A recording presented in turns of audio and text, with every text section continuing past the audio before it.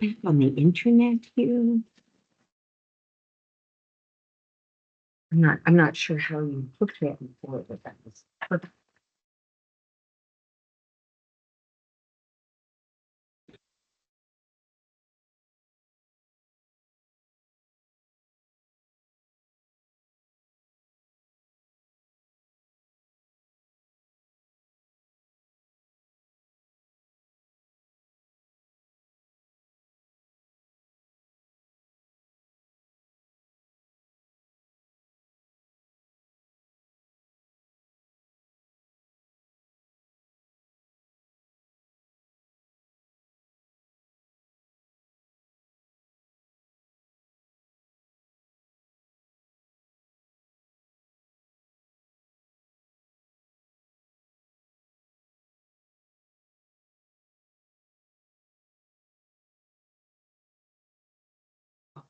Thank you.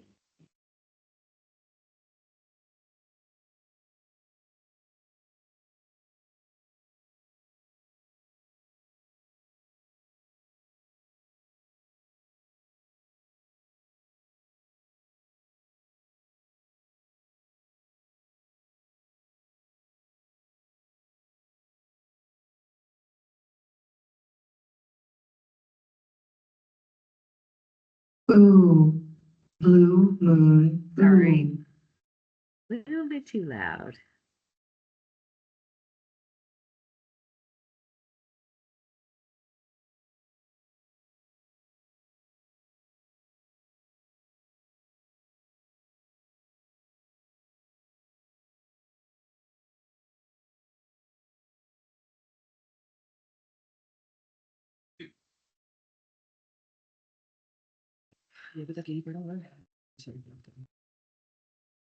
Render क्यों है इसका रेंडर क्यों है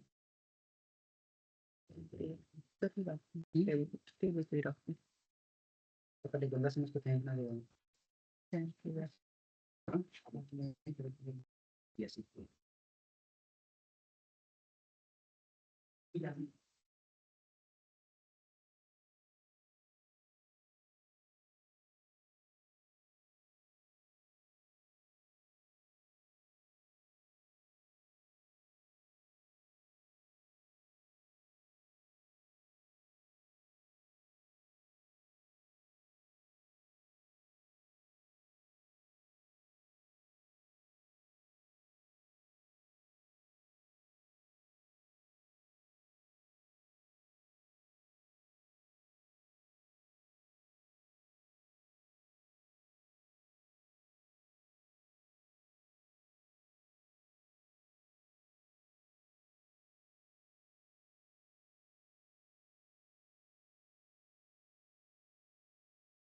volunteers, I need 1 or 2 volunteers.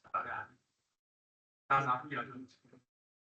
ये जो आपके लोगों ने जगह नहीं बताया तो आपको समझाइए जरा उठाने सर हम उठा देते हैं रास्ते में रहेगा खुद उठाने Is this the room there's no secrets because of the microphones and the ceiling? You have to be careful, huh? Yes. हम उठाएं इस ये बात बनानी नहीं चाहिए अपने को अपना खुद उठा लेना चाहिए और अपना छोटा मोटा स्टाइल होकर लेना चाहिए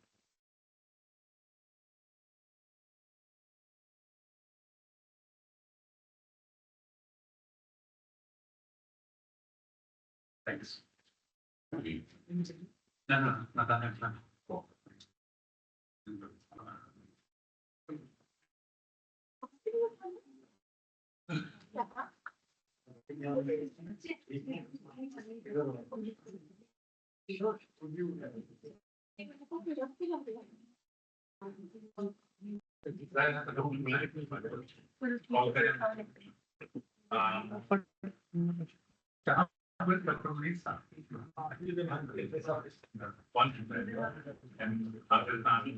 Everybody should be there. I'm probably gonna start soon, because I'll change things a little bit, then we can at least get started, and if the others come and join us. So, and thank you for the food, yeah, when I looked around, I thought, oh, this is gonna be a messy afternoon, so thank you for that.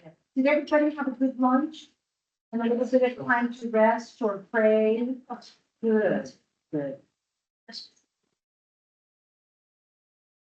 That's one, everybody else.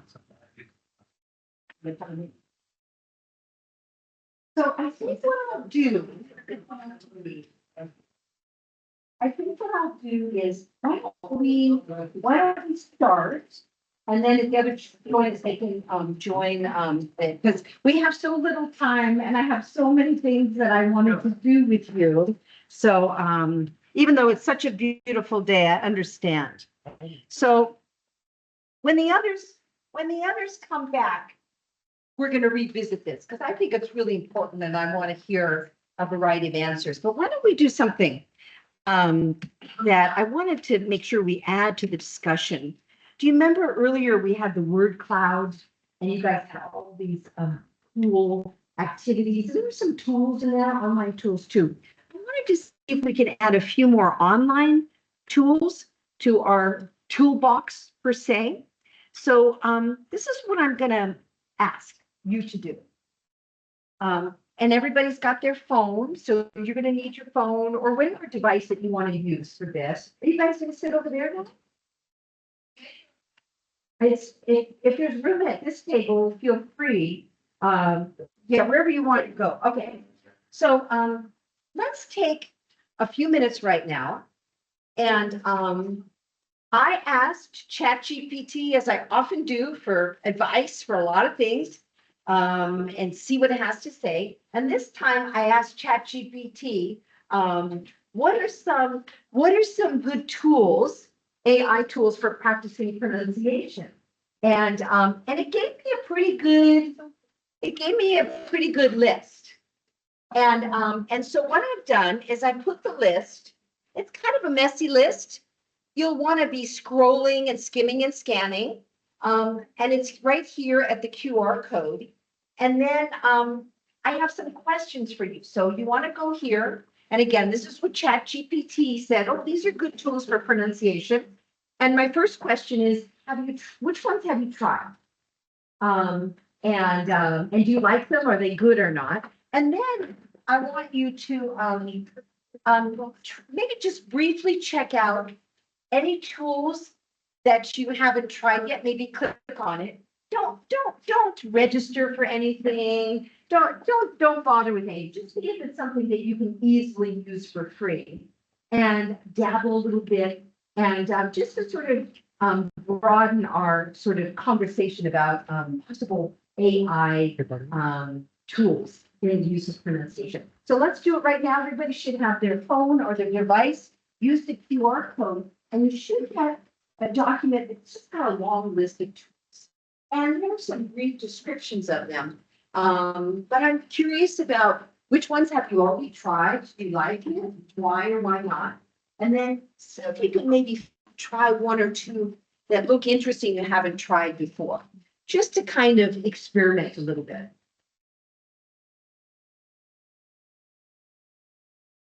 But you don't have any trouble. You guys have your own screen right there. That's nice. I like that. Let me know if you're having any trouble. Can you access it? Yeah, okay, good. I'm never quite sure if I've given the right permissions or not. So hopefully.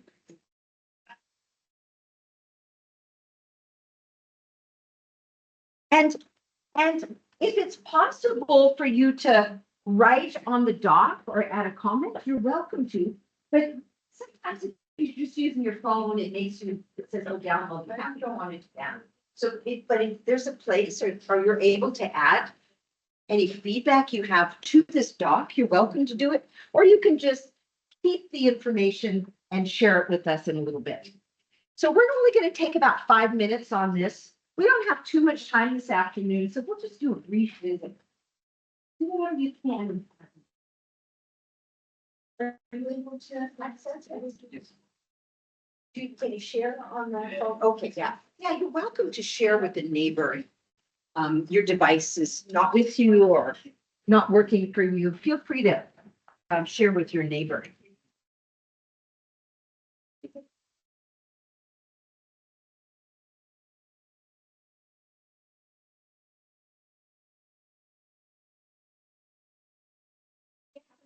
They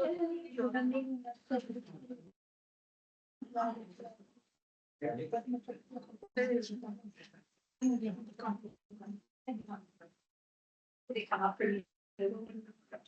Okay. Yeah, if you want to write on that doc, if you can, feel free to add comments to. Otherwise, afterwards, I'll ask you for some.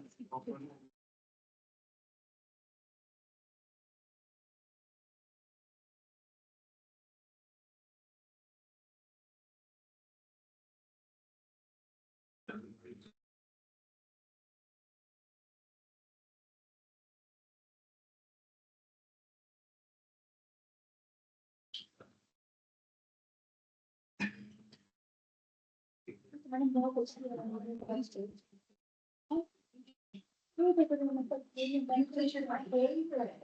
I do. Big fan.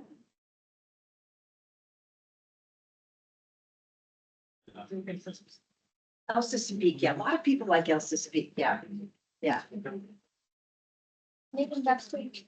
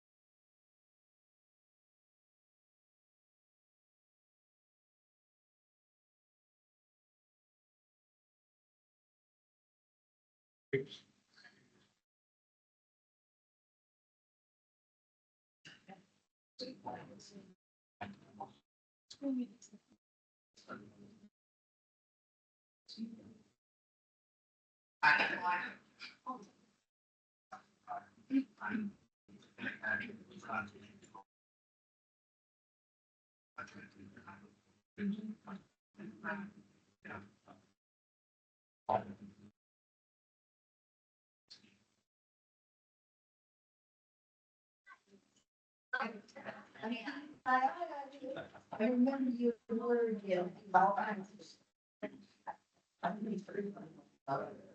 Eject, but. I sent her that picture, and that's her style. It's a few words, a little bit ironic. At least she's alive.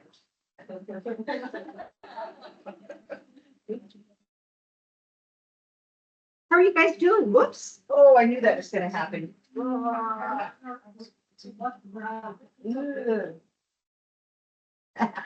Okay, I had a feeling at some point I was gonna do that, or at some point I'm gonna fall on something. Are you guys finding some interest? So if you guys use them already, we have Elsa Speaks bands, we've got Youglish bands. What are some other? I have used Duolingo. Duolingo, okay, yeah. Your thoughts, your feelings, is it helpful for pronunciation? Maybe for beginners. For beginners, okay, okay. Anything else? Maybe Webster Dictionary. Oh, yeah, the dictionary. I'm a big fan. You need to hear you need to hear the sounds, you need to hear the stress, and you can see it. The word is written here, the etymology of the word is. Yeah, you can see it, you get a visual. Exactly. I love it, me And too. whenever I teach this in the classroom, I teach my students like you have to put your finger like this. Yeah, Yes. for every syllable. Yes. Yeah, like circumstances. Yours, yes, circumstances. Yeah. Your chin will vibrate Yeah. like twice. So this is two I syllable word. love it. This is yes. I love it. That's wonderful. Yeah, and again, that kinesthetic or that haptic addition, touching the face for a voice and voiceless consonants, feeling the vocal cords. For the beginners. I need to use my fingers for Yes. the counting the syllables, like, what is it, circumstances? Actually, I'm gonna do the American stand first, like serve food. And then I like to raise my hand. Yeah, I love that. The tools, that ChatGPT says are good, that you think are worthwhile. What do you like? Yeah. British Council, what a great resource, yeah. Anything else listed there that looks like it's worth some time? And we don't wanna have to pay, we don't wanna have to register, we don't wanna hassle, because we wanna be able to recommend it to our learners. Anything else? Anything you don't like? Is there, a particular, program system that you do not like? Anything that's. Okay, so one of the things I like to say about AI is, to, experiment, and there are always new things coming along, but always, of course, be careful, protect your privacy. Don't give these companies all your information and your, business. And also, make sure it's helping your students and not just giving them answers or homework answers. That it's really a valuable place. Before we move on, can I just share with you an article? And this is in the resources that I'm giving you, but it was a nice study done in Vietnam at a college. And they took an AI, it's a chatbot, Mission Fluid. I don't know it and I couldn't find it, but for these students, it was free. And they had the students use this chatbot every day to pronounce things and get some feedback. And the results were really good. They had daily interaction and they had practice with Mission Fluent. And then they improved their pronunciation. They got extra practice and immediate feedback that the teacher wouldn't be able to give them all the time, so they got more feedback. 78% found the scoring your speaking feature to be particularly helpful. They liked the interface of that particular chatbot, but they had some complaints. Sometimes it didn't work. Sometimes they wanted it to be recorded so they could refer to it later. But key takeaways, those conversational chatbots can be helpful, limited, a corrected range of responses, and they can improve. So I think that we agree that the more tools that you can introduce to your students so that they can do daily practice and get feedback and input, and especially if it's motivating and they like it, that's what we want. With pronunciation, I always tell my students, we can do all kinds of things in class, but if they're not practicing outside of class, nothing will change. Those muscles aren't gonna just, automatically do it. So I really highly recommend bringing that in. Okay, I think we're all back now. And so I do not want to move on without making sure that we at least have a chance to check in about this. I don't think you're all going to agree. You're teaching in different contexts with different groups of students for different purposes. But I'd like you to have a chance. Can you guys sit down? Because we're going to do an activity where everybody's going to have to participate. So grab your seats, and anyone who's a participant is going to be involved. So I'm going to do a quick head count. And I'm hoping for an even number, but we'll see. So 2, 4, 6, 8, 10, 12, 14, 16, 18, 20, 22, 24, 26, 28. Okay, we've got 28 people. Well, someone else might come in, but we'll start before they do. So I would like you to share your response to number 2, but not with your usual neighbor. You've been talking to your neighbor for a long time. So we're going to do this one standing up. So everybody, please stand up. Can I ask you to stand up? And I would like you to move. And I would like you to find somebody that you have not talked to today. Find somebody in the room you have not had a conversation with them. So you guys are going to have to break out of your place, break away. And you're gonna find, a new partner, just stand, you don't have to sit with them. Find somebody, stand, and tell them your answer to number two. So move, find somebody, and then we're gonna have short conversations. So you walk around, find somebody to talk to and tell them what you think.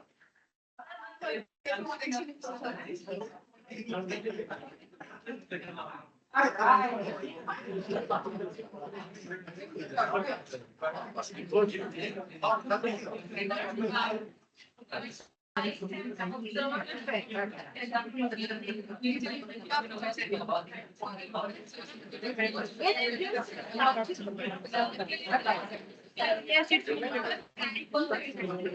First of all, that matters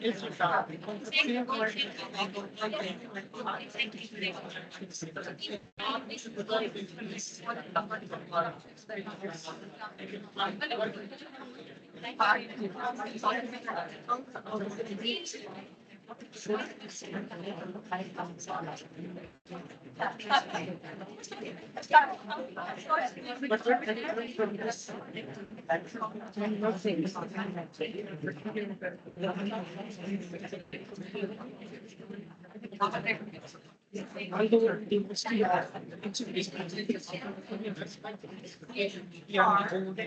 I love that intensity of your conversation. Got louder when my bell rang, it got louder and louder. Can I just get a few examples? See? We're gonna do a little sharing of the. So I asked, the pairs just to make share something, if you got this property together. What was something that was prioritized? We talked about the fluency. Fluency. Yeah, those, and if you talk to the students, then we prioritize the test. Okay, stress and then fluency, I love it. This trio right here, what was something important? Litigation and stress factor. Syllabification, stress patterns, what? Good.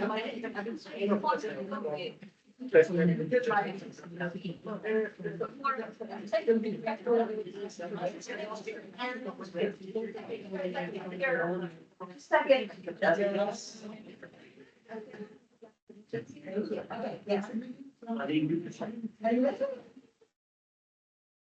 Okay, go ahead. I believe we should introduce IPA students. Because if they have some information or some know-how about. Right, you're right. Okay, so for your students, IPA, what's the major priority? They're supposed to teach the stress and the important thing. And we have talked about the problem faced by the student, how the rot is. Persistent, okay. All right, thank you very much. Ladies, what was something that seemed really important? We have been discussing both of, we have been, just sharing our own experiences. Yeah. And I have been getting the presentation skills. Presentation skills. Yeah, because, yeah, presentation. Yeah. Purpose. Yeah. So, First one. And how to say you presentation guys, skills. you guys, sorry, I can't hear, and I was really hoping that you guys could hear what other people are expressing. I don't know if you have the same students or not. Yeah, Yes. So for the presentation skills, actually we cannot go towards the intonation and stress in depth in the technicalities.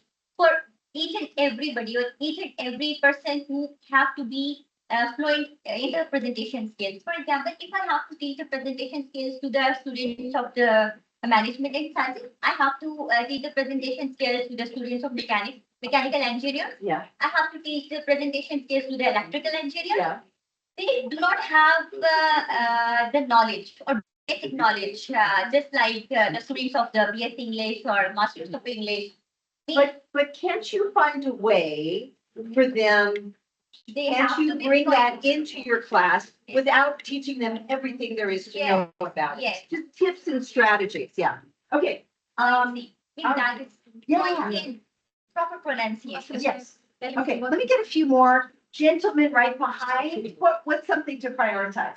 We talk about, most of the people don't know, how to give, which particular item they need to, use. So at segmental level, which one to use, yeah. Okay, so there's a wide variety of them. Different, that someone, yeah, what do you want to add to that? Certification, our students. Clarification, yeah. Struggling with certification and most importantly, the consonant clusters in the concept position. Because in English, we have 3 consonant clusters in the concept position, but in Urdu, we have 1. Right, okay, so very challenging, so they need some attention to that. Over here that we haven't heard yet, but that seems high priority. You guys would share with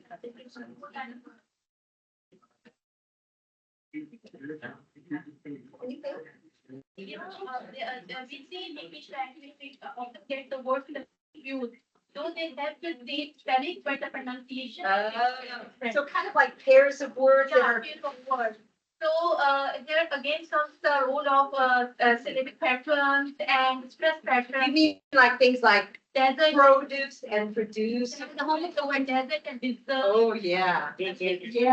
Yeah, so those pairs that, Again, there was, some features we were discussing about pronunciation features like, Pakistan. We have, Pashto speakers and who pronounce, pa instead of pa, like they cannot pronounce, many of speakers I've heard, they cannot sound pa sound like do you have a phone? It's like, do you have a phone? So, yeah, so some of those consonants, yeah, we call them, they have they really can, contribute to intelligence. I mean, people won't understand. Yeah, That's the wrong word, exactly. yeah. High functional modes, yeah. So there are some tonal languages as well. So we have to manage the stress patterns of those tonal languages as well. Tonal, like we were discussing second question. Can I, just a second, guys. Can I ask everybody to sit down, because it's driving me crazy that you've got different conversations and something's happening here, something, which is great, except we've got a lot to cover. I need everybody to sit down again, and then I want to hear some more. But it's just kind of, unfocused, and it's starting to sort of, confuse me. Okay. I loved what we heard, and we got a lot of variety. We got super segmentals. We've got very specific segmental features that are affecting intelligibility of students. We also had sort of ideas of why, what's the purpose of the pronunciation improvement? They're doing presentations or something else there. Was there anything else that we didn't mention that needs to be added to? Do you have one more comment you want to make? I wanted to add to the last point. She mentioned the pronunciation of R sound by question speakers. Yeah. Recently, we have corrected data through interview, and the interview was through Zoom. So later on, when I was looking at the transcription, Yeah. we have this R sound, so it is written with P. Oh, so it's affecting the spelling, the interpretation is with a different letter. Very interesting. Okay, so you guys all have sort of a good sense of like what's important, because you can't teach everything to your students. And some of your students, like if you're teaching students that are, they don't have a background in linguistics or English, there's, specific purposes. They don't need to know everything about phonetic phonology. They need you to help them produce particular sounds. And so that's really important too. So I think what I'd like to do is we really now are going to focus our attention on, can't find my cursor. I want to jump to another thing, but I can't find my cursor. Okay, I'll just jump ahead. Okay, never mind. How to teach. And I think the first thing we need to acknowledge is you're going to have different kinds of learners. And they're going to learn in different ways. And so the kinds of activities that you've mentioned affect them differently. We've got some learners who are really good at hearing and imitating, and that's all they need. They need to be exposed, they need a chance to repeat, and they do really well. So listen and repeat, and shadowing, and all of those things work really well. Lots of exposure, listening to music and songs, listening to TED Talks works really well. But we have other students who can't learn just by hearing it. They don't notice it. They don't have a musical ear. So that's why I agree with you. Some of your students are going to need IPA. They're going to need visuals and pictures. They're going to need to really get in touch with their articulators. And I feel that we need to be able to serve all of our students. Those who need a lot of listen and repeat. We also have students who really need to help them understand, how is that articulated? How do you do it? So that's, I think, something important to acknowledge. And I think what I want to do is, can't see my cursor. Okay. I am going to show you a framework right now. The framework has 5 steps, and I really want you to remember this framework. So I'm only going to show it to you. Don't take a picture of it. Take a picture of it with your brain only. I'm going to show it to you for 5 seconds. So make sure you've got a good look at the screen. I'm going to show it for 5 seconds. Then I'm going to take it away. And then you're going to tell your neighbor everything that you saw on there. So it's a little bit of, I do this sometimes to keep my students alert. I say, I'm only going to show it for a moment. I'm going to take it away and you have to remember it. So you get 5 seconds. Don't take a photo of it. Just look at it, focus, try to remember it. And then I'm going to take it away. Okay. 5, 4, 3, 2, 1. Uh-oh, there it went. Okay, tell your neighbor, what was on there? What was this gas? What were they? Tell your neighbor. Let me see.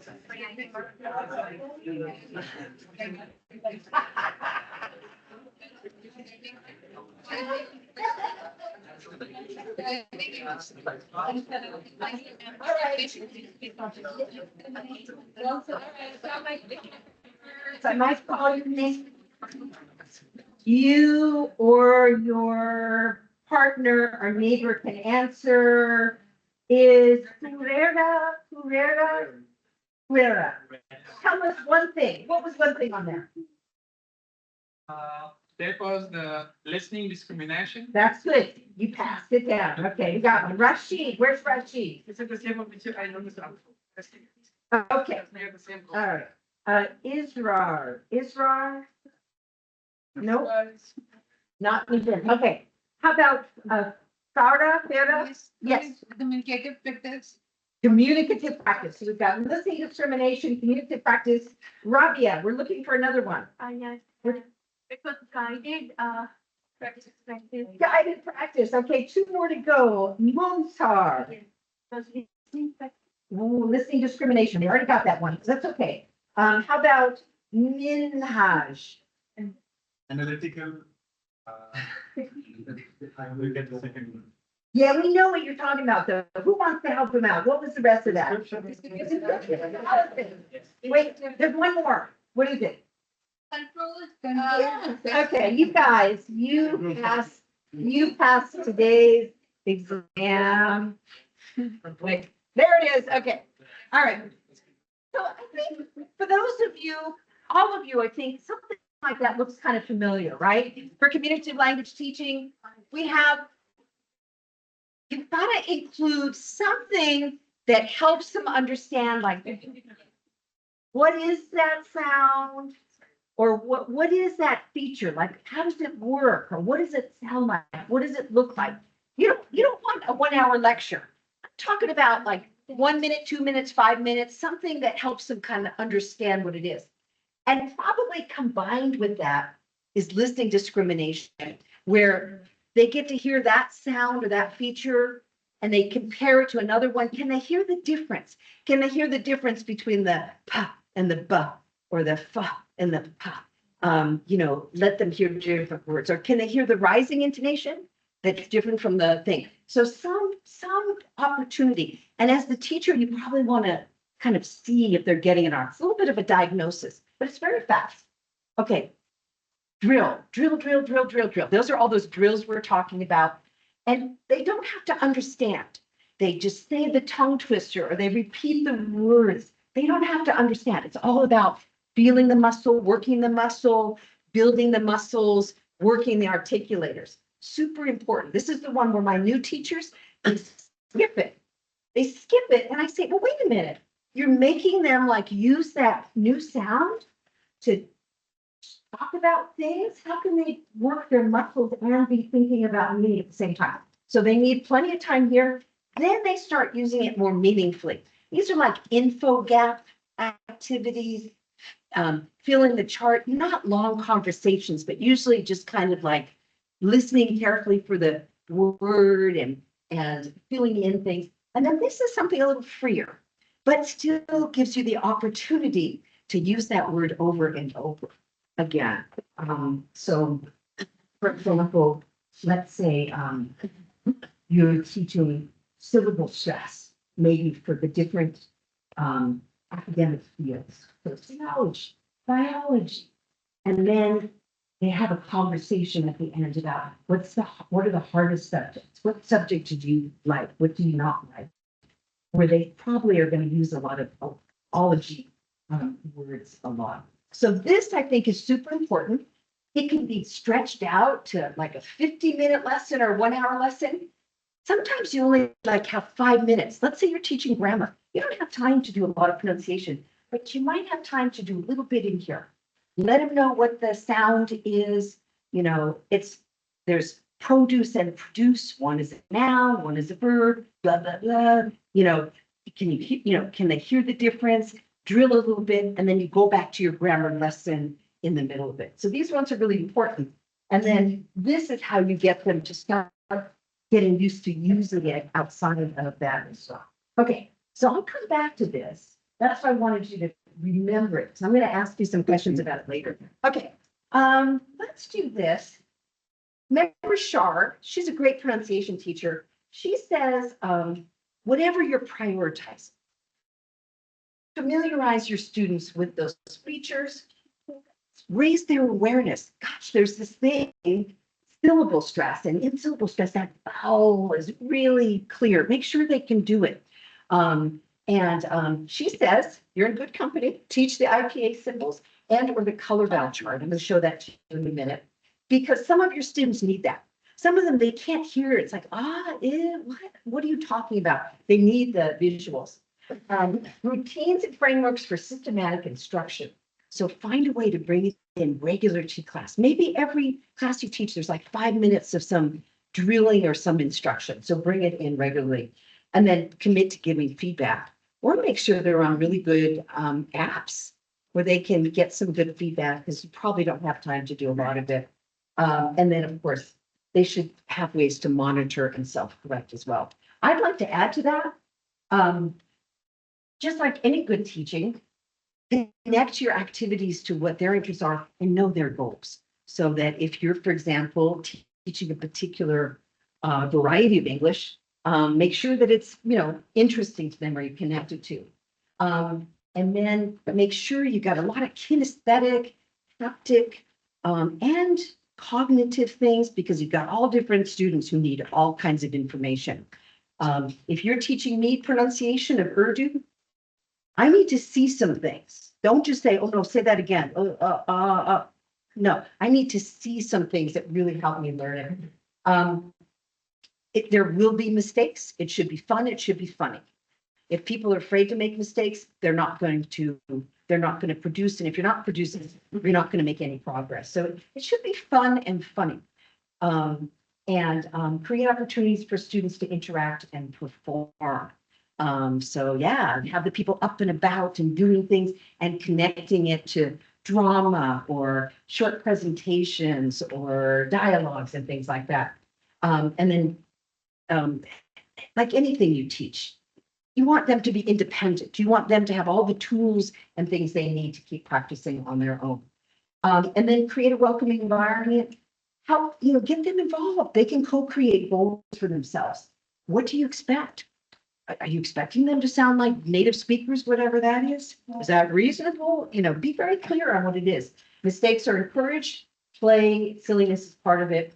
And then plenty of time to just like work with stuff. They need to just do a lot of that kind of stuff. Okay, we already did that. I still can't find my cursor, so I'm going to have to click through it. All right.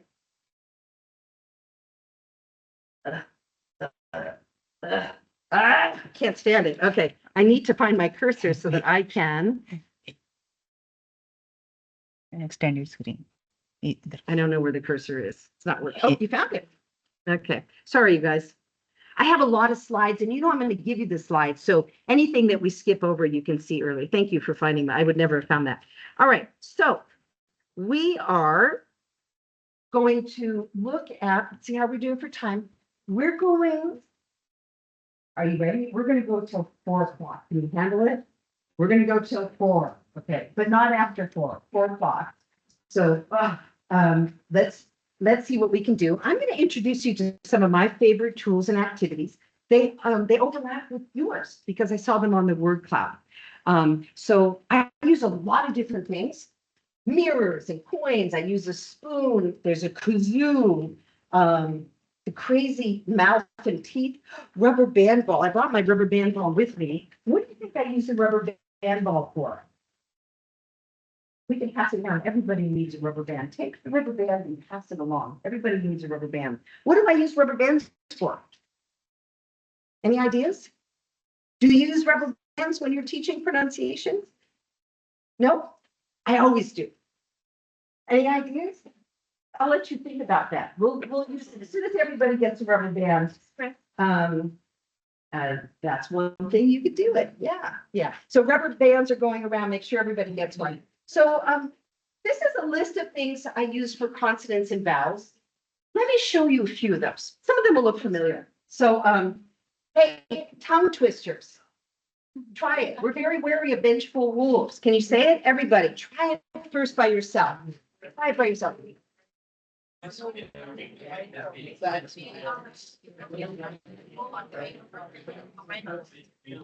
right, who wants to try it aloud to the group? Are you gonna say it? Go for We are very, very available. They are very, very available. it. Love it. I love it. Okay, one more. Who else wants to try? Go for it. We are very, very. I thought it was easy. No, it feels like it, yeah. We're very, yeah, me too. I have a hard. We have to say why. That's right, that's right. Yeah, and, so what I do with my students, and maybe you do the same thing, is I usually have my students, whatever we're working on, and of course, there's sounds that my students need, not all of them.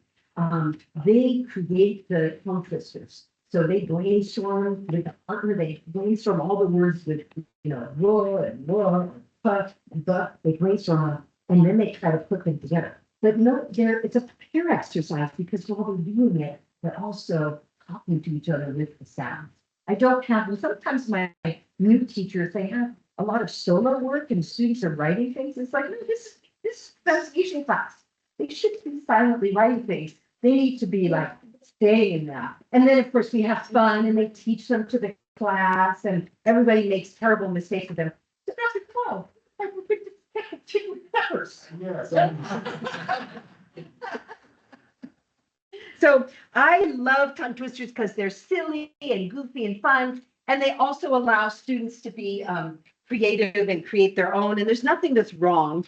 And then, like for homework, I'll say, okay, go home and practice it some more, practice some more. And then we use like on our website, and there's a place for them to record it. And then when my students record them, they have to listen to themselves and then they re-record. And so I think they're a good way to get students really drilling whatever those particular sounds are. So tongue twisters, and then the paper test. So some of your learners might have some trouble with the aspirated consonants, like some of my students do. And for things like that, I have the paper. So yeah, or you can just use your pen. Having again more that haptic kinesthetic, they should be feeling the air or seeing the air. Paper or pill versus bill, pill versus bill. So anything that you can get sort of having a kinesthetic feel, and that would be for at least in English, the aspirated puff, the tuff, and the yeah. So I think that can be really helpful and very simple. You just use your hand to do it. Oh, there they are. Oh my God. Okay. I have these really scary teeth with this red sock tongue that's in my office and people get scared, but I bring it to class sometimes when we're doing some consonants that are challenging. I think I have, let's see if I can, oh yeah.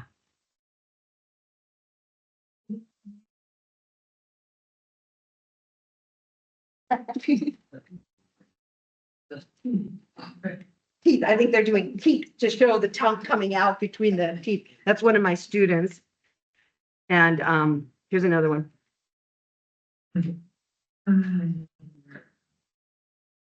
They're trying to sort of show the R, the curling back of the tongue. So for some learners, they like it. They like the visual. Some of them like, a lot of them don't like to touch it. But the ones who do, I bought that at a website for dentists. You know, it came with a big toothbrush. Okay. Lip reading. Again, we're still in the world of consonants. We're in the world of consonants right now. Lip reading, this is a little bit blurry, but what we do, I think we can try it. It would be awesome. It would be awesome if you can identify a partner across the way. That might be a little tricky. Do you guys think you could do that? Can you identify someone across from you? Someone that's not sitting right next to you. For lip reading, you don't make any sounds and your partner says something. So let me just change this. This is clear. Okay. So for example, you choose one of these and you say it to your partner silently. And they have to tell you if they heard one or two. So Dr., let me try it with Dr. Kamal. I'm gonna try it with you right now. Sorry, yes. Okay. I'm sorry, but you're just in a perfect position. So Dr. Kamal, can you, don't say it out loud. Can you pick one of those and just mouth it to me? And then I'm gonna pick which one I think I heard. Okay. One more time. Was it two? No, it was the first one. Okay, you decide. Okay, all right. So did you can you identify a partner across from you? See if you can find, and if you're, yeah, turn around.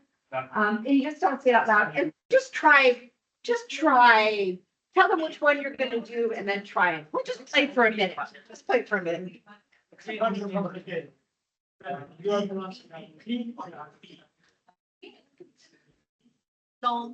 Yes. Yeah, you can just hold up your fingers. You can just hold up your fingers for the one you heard. All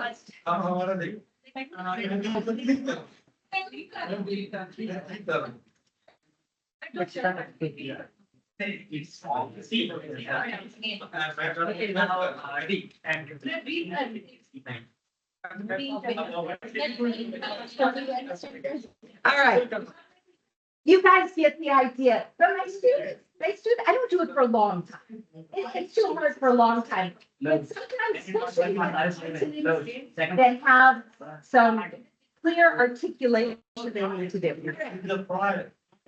All right, you guys, the previous exercises had more of the 3 stages from the top, right? Description analysis, listening discrimination, kind of sort of, and maybe potential for control practice, right? The tongue twister. Now, for consonants, what would guided or communicative practice look like? I have a couple of examples. Oh, yeah, you remember this. Okay. So for example, if we're working on L and R, and some of my students really need it, some of my students from Japan or from China really benefit from it. And we've done these other kinds of exercises and the lip reading and the tongue twisters. But then, get in a partnership and they look at these symbols and they have to talk about, what does that symbol, what is this symbol? And so they'll look at this and they'll say, oh, that's a plus sign. And they'll look at this and that's equal, oh, that's greater than. So they're talking about things with the L and the R sound, but it's not just simple. Now they're have to know the meaning of words. So that's a typical guided practice. And then maybe more communicative would be, again, after they've had enough practice with it, they're in groups. What types of music? So they talk about what kind of music they like. And if you're talking about musical genres, there's lots of L's and R's, rock and roll, classical music, country and Western, or whatever they're talking about. And so they have a conversation about what kind of music they like, and then there's a presentation at the end. That's an example of the communicative practice. So getting away from just the words and actually having some conversations. But in the conversation, they're going to be using words that are going to have those sounds. Okay, we're not going to do this now, but my students love to do this. And this is also for our now. I think mentioned this book. It's an oldie, but a goodie. The publisher still sells it. It's really great for pair work and not minimal pairs, pair groups, info gap things. But what I do is, oh yeah.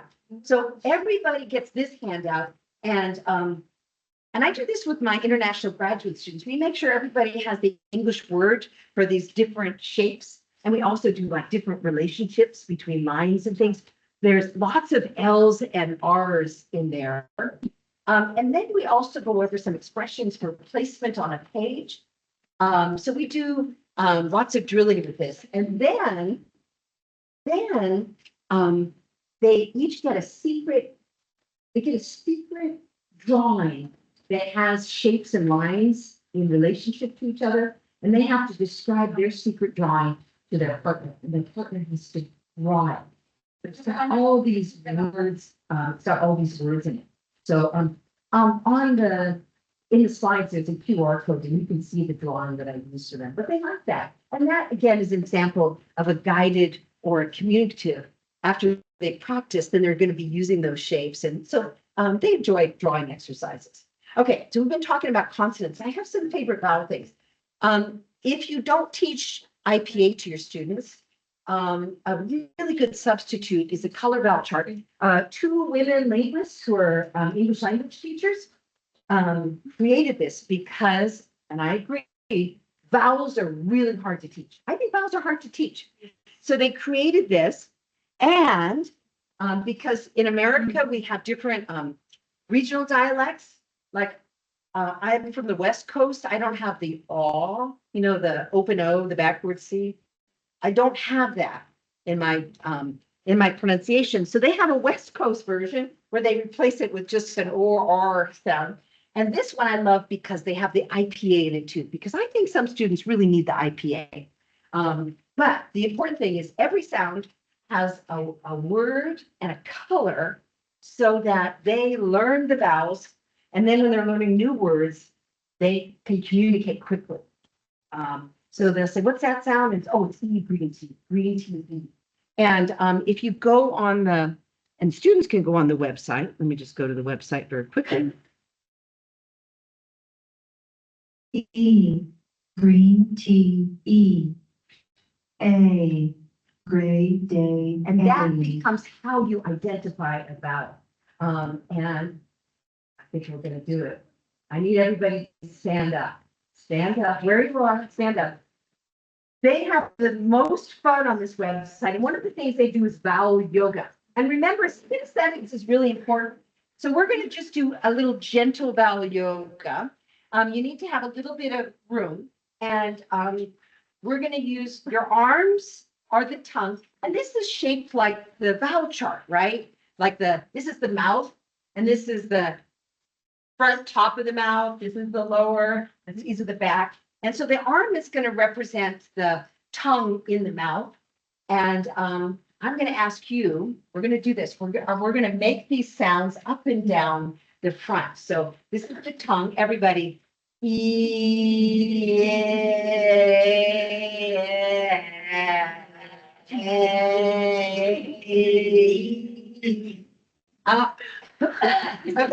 And then we'll do some back bones. We'll be over here. We'll go. No, we'll be in the middle.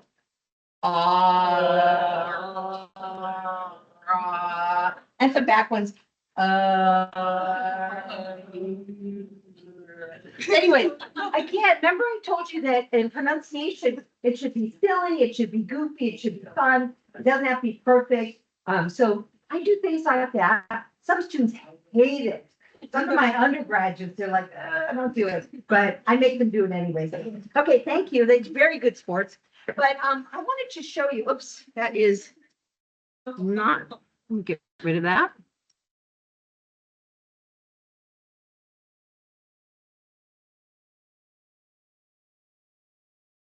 Okay, so I urge you to go to their website. They've got all kinds of cool things. One of the things I love, look at this. This is a worksheet that goes with the color vowel chart. So when students are learning new vocabulary, the vowel in the stressed syllable, because we know that's the important vowel, they place it in here. So, for example, what are some of the words? Extraordinary. You have that one. Extraordinary is going to be extraordinary. It's going to go in there. What were some of the other ones? What was it? What was the Embassy.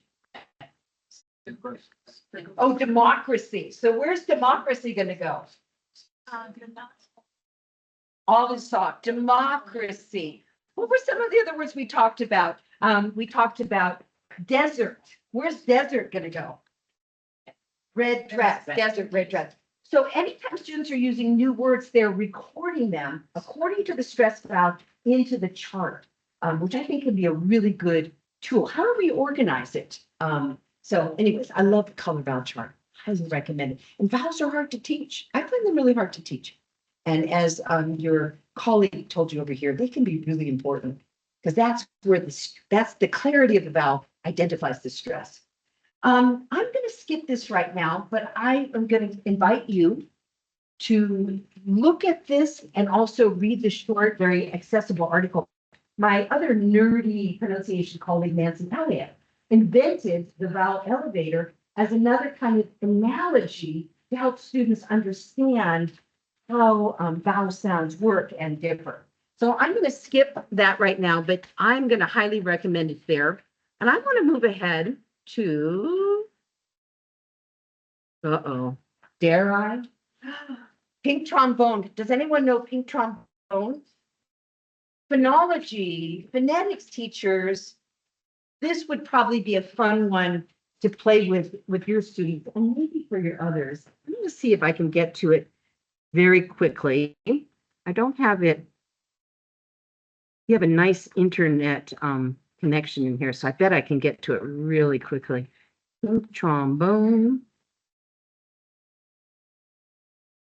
You might hate it. Some of my students hate it. Okay, ready? Okay, so pink trombone, this is the mouth. And the, is it so?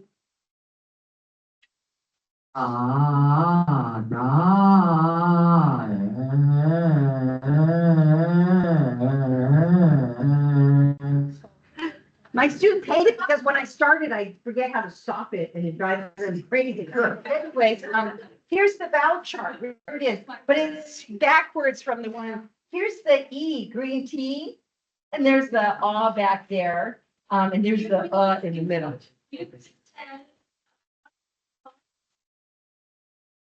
This is trombone. You please go back to that. I will in a minute, but I'm not on my slides right now. I'm on the internet. I'll go back to it. So anyways, it's really fun to play with because you move the different parts, the articulators around. Should I do it?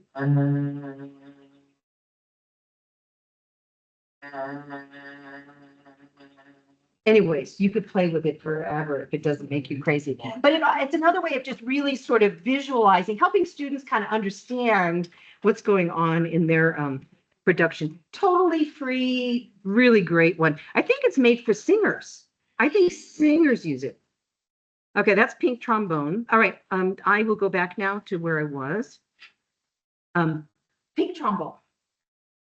And you can have the, it's crazy. Okay. Bingo. Bingo is a really popular one for practicing kind of the listening discrimination and controlled practice. Controlled practice if you let your students be the bingo caller. Now, what sound or sounds are being focused on in this bingo? Yeah, it's more in vowels. So we've got the a and the e, just a and e, right? A and e, yeah. A lot of my students need work on that. That's why I do that. And another thing is, does everybody have, did you guys get rubber bands? Did you guys back there, did you get rubber bands? Dare I throw it?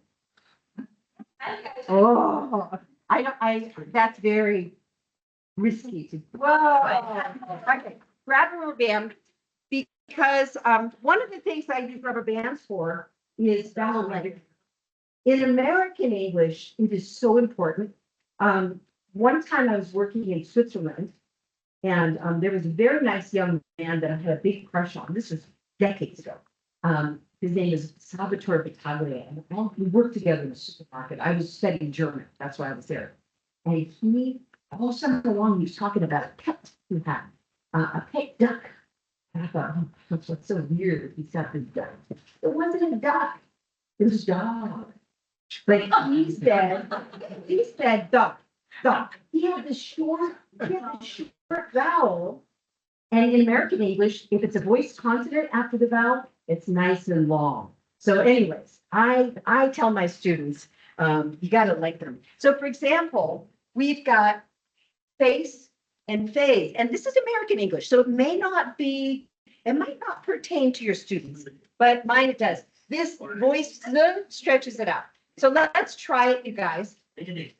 Let's do a little repetition. The first one is just face and then phase. Everybody, face, phase, face, face. Okay, let's do the second one. Peace, peace, peace, peace. So I use the rubber bands a lot for ballet to get them to just lengthen them a lot. So I use them for other things too. Oh, here we go. Okay. This one, let's do some more. We'll do meet and me, everybody. Meet, me, meet, me, and bite, bite. So in American English, we spend a lot of time on that because students don't lengthen their vowels, and it's just hard to understand. Okay, and so we've got lots and lots of exercises with that. Don't worry, I'm not going to make you do them all, but lots of controlled practice there. Okay, next, you already did this with the lip reading, but do you remember step number 2 is listing discrimination? I always want to know if my students can distinguish between whatever features I'm doing. And so I ask them to hold up their fingers and to do it right here so that they're not looking at their classmates. Then I can quickly diagnose. So I've got those 2 sounds again, eh and ah. My students need work with that. And so I'm going to ask you, I'm going to say one word from here. Hold up one finger if it's eh. Hold up 2 fingers if you hear ah. Okay? And nobody else needs to see. Okay? Are you ready? Map, map, map. So I'm saying this one. Okay? Let me try another one. Pen, pen, pen. Oh, okay. This one. And you can kind of notice, for example, I also have them lined up. This is voiceless, short. Voice is short. Voice is short. That's why, remember I told you with what's her name? Jennifer Jenkins. I hate it when people distinguish vowels as short and long, because all the vowels in American English, they have a short version. So I don't like it when people say it short, E is long, because we have it, we have E and E. So I don't like that. Okay, so that's what I do with my students. Let's do a little bit for length. Let's do this. We'll use the rubber band. These are going to be short. These are going to be long. Okay, ready? Everybody repeat after me.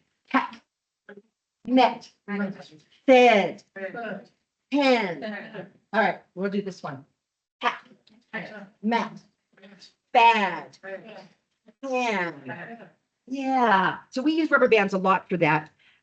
Oh, and sometimes I bring in another sound too. Let's do the same thing, everybody. Let's do this.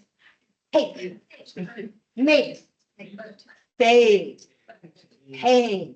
All right, and notice that we've got 3 different sounds now, and so this is a perfect time to do a round of slap games. So we are in the world of stage 2 listening, or step 2 listening discrimination, step 3 controlled practice. We're going to do a slap game. And so for slap game, I need you and 2, possibly 3 of your neighbors to take a 12 cards here. I've got 12 cards here.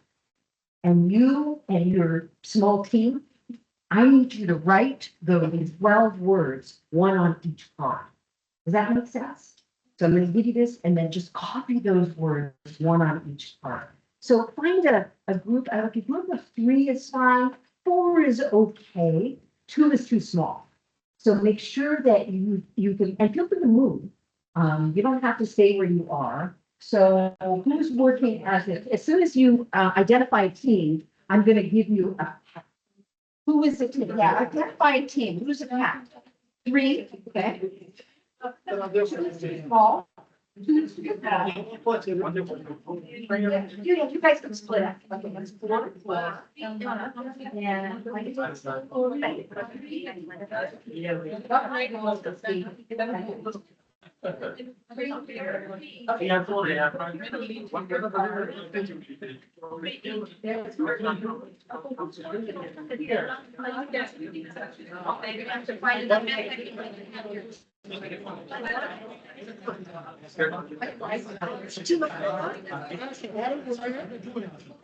Okay, and who else? do we have?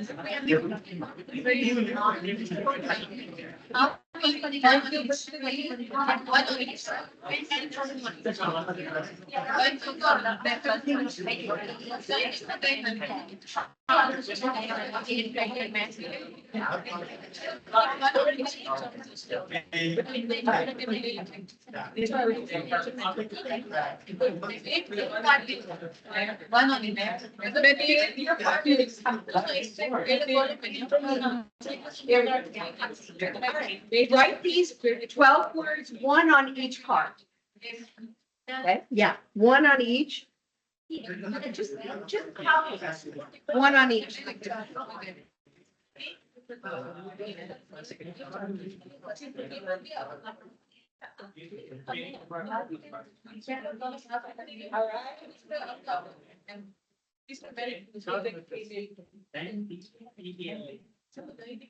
You should have all 12 words. Take another 30 seconds.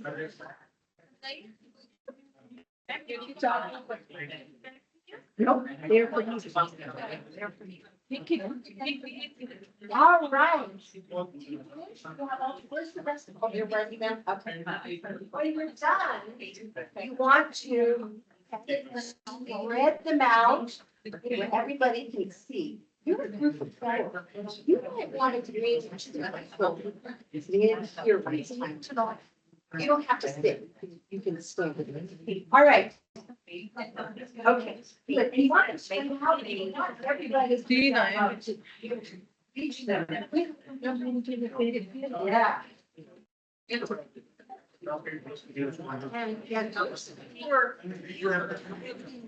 might want to just come in here because you need to be able to see everything. Yeah. When it's time. You might want to go to all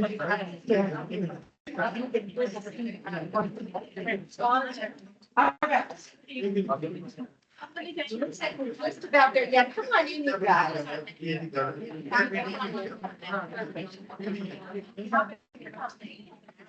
All right.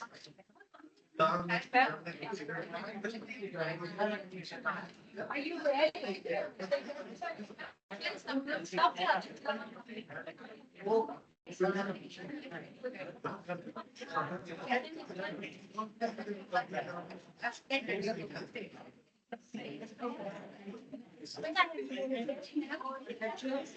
them all right here. Yeah, right in the middle.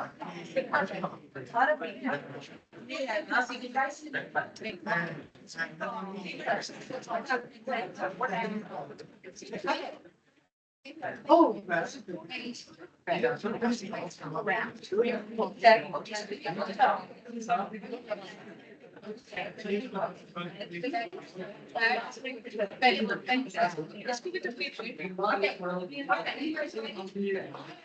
I can go to the side. One of the words.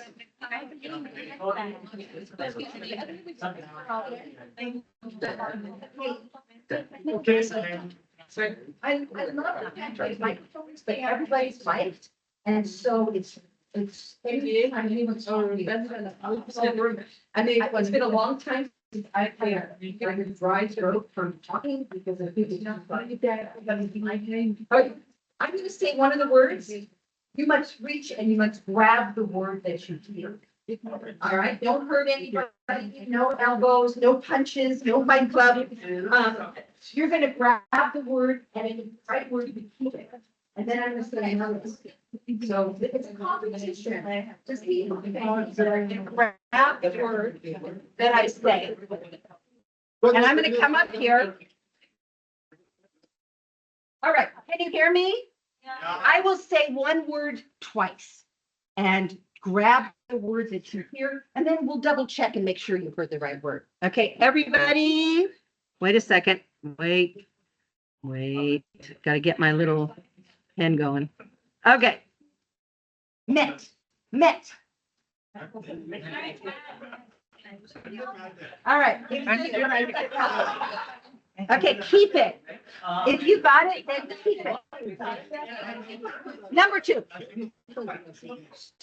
Number two, pan.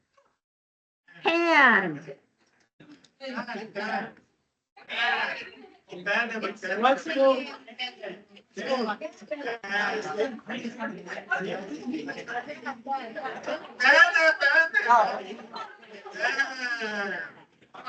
Okay. All right. Next one.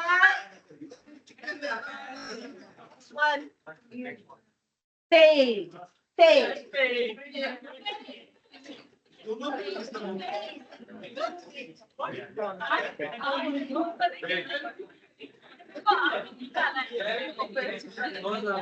All right, next one. Heck. Heck.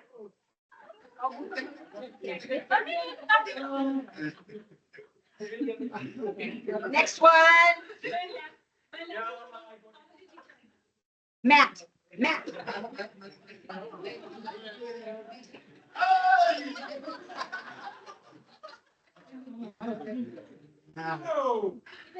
Next one.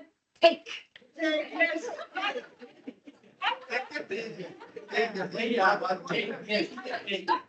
Next one. Pen.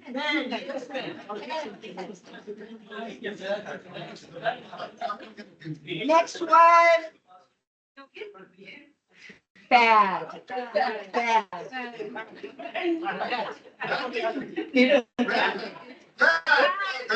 Next one.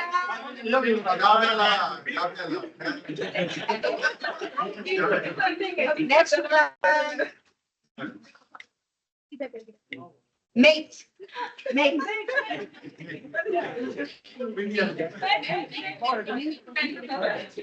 Next one. Hack. All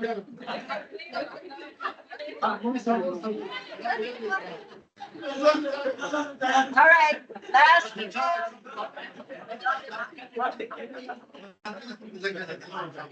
Last one. Hanging.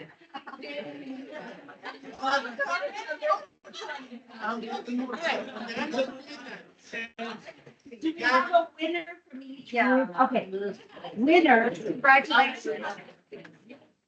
Winners, now, put all the words back. Put them all back. Put them all back.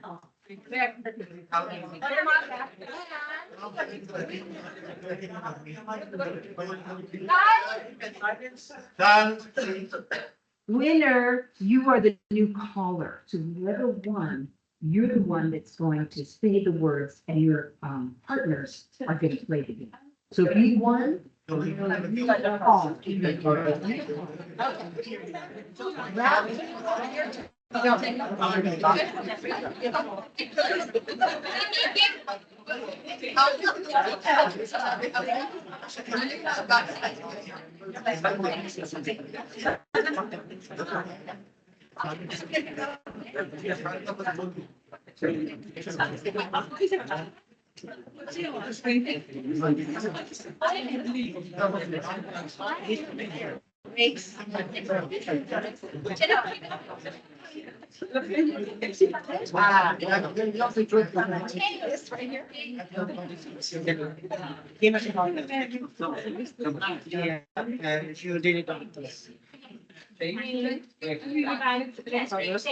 It's already got. Okay, that's okay.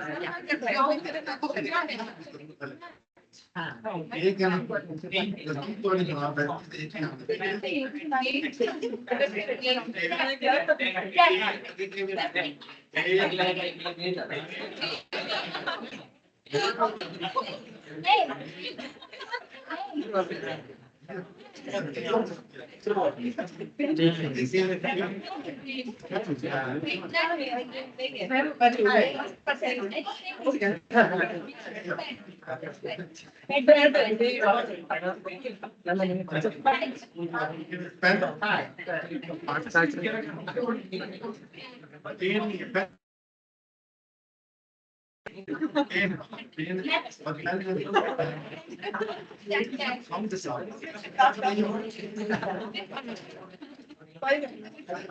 done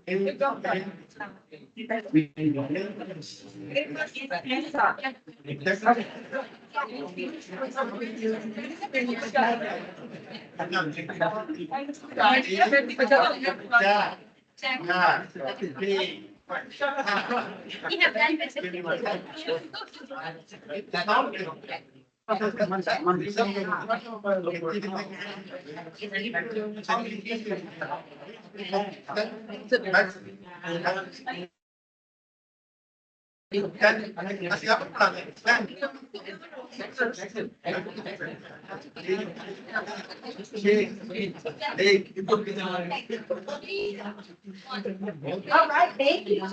Now you can relax and go back to your seat. Good job, everybody. Fantastic.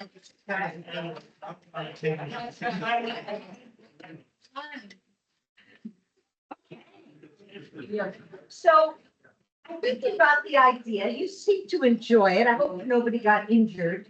But this is something you could adapt to any pronunciation feature, right? And you can have as many parts as you want.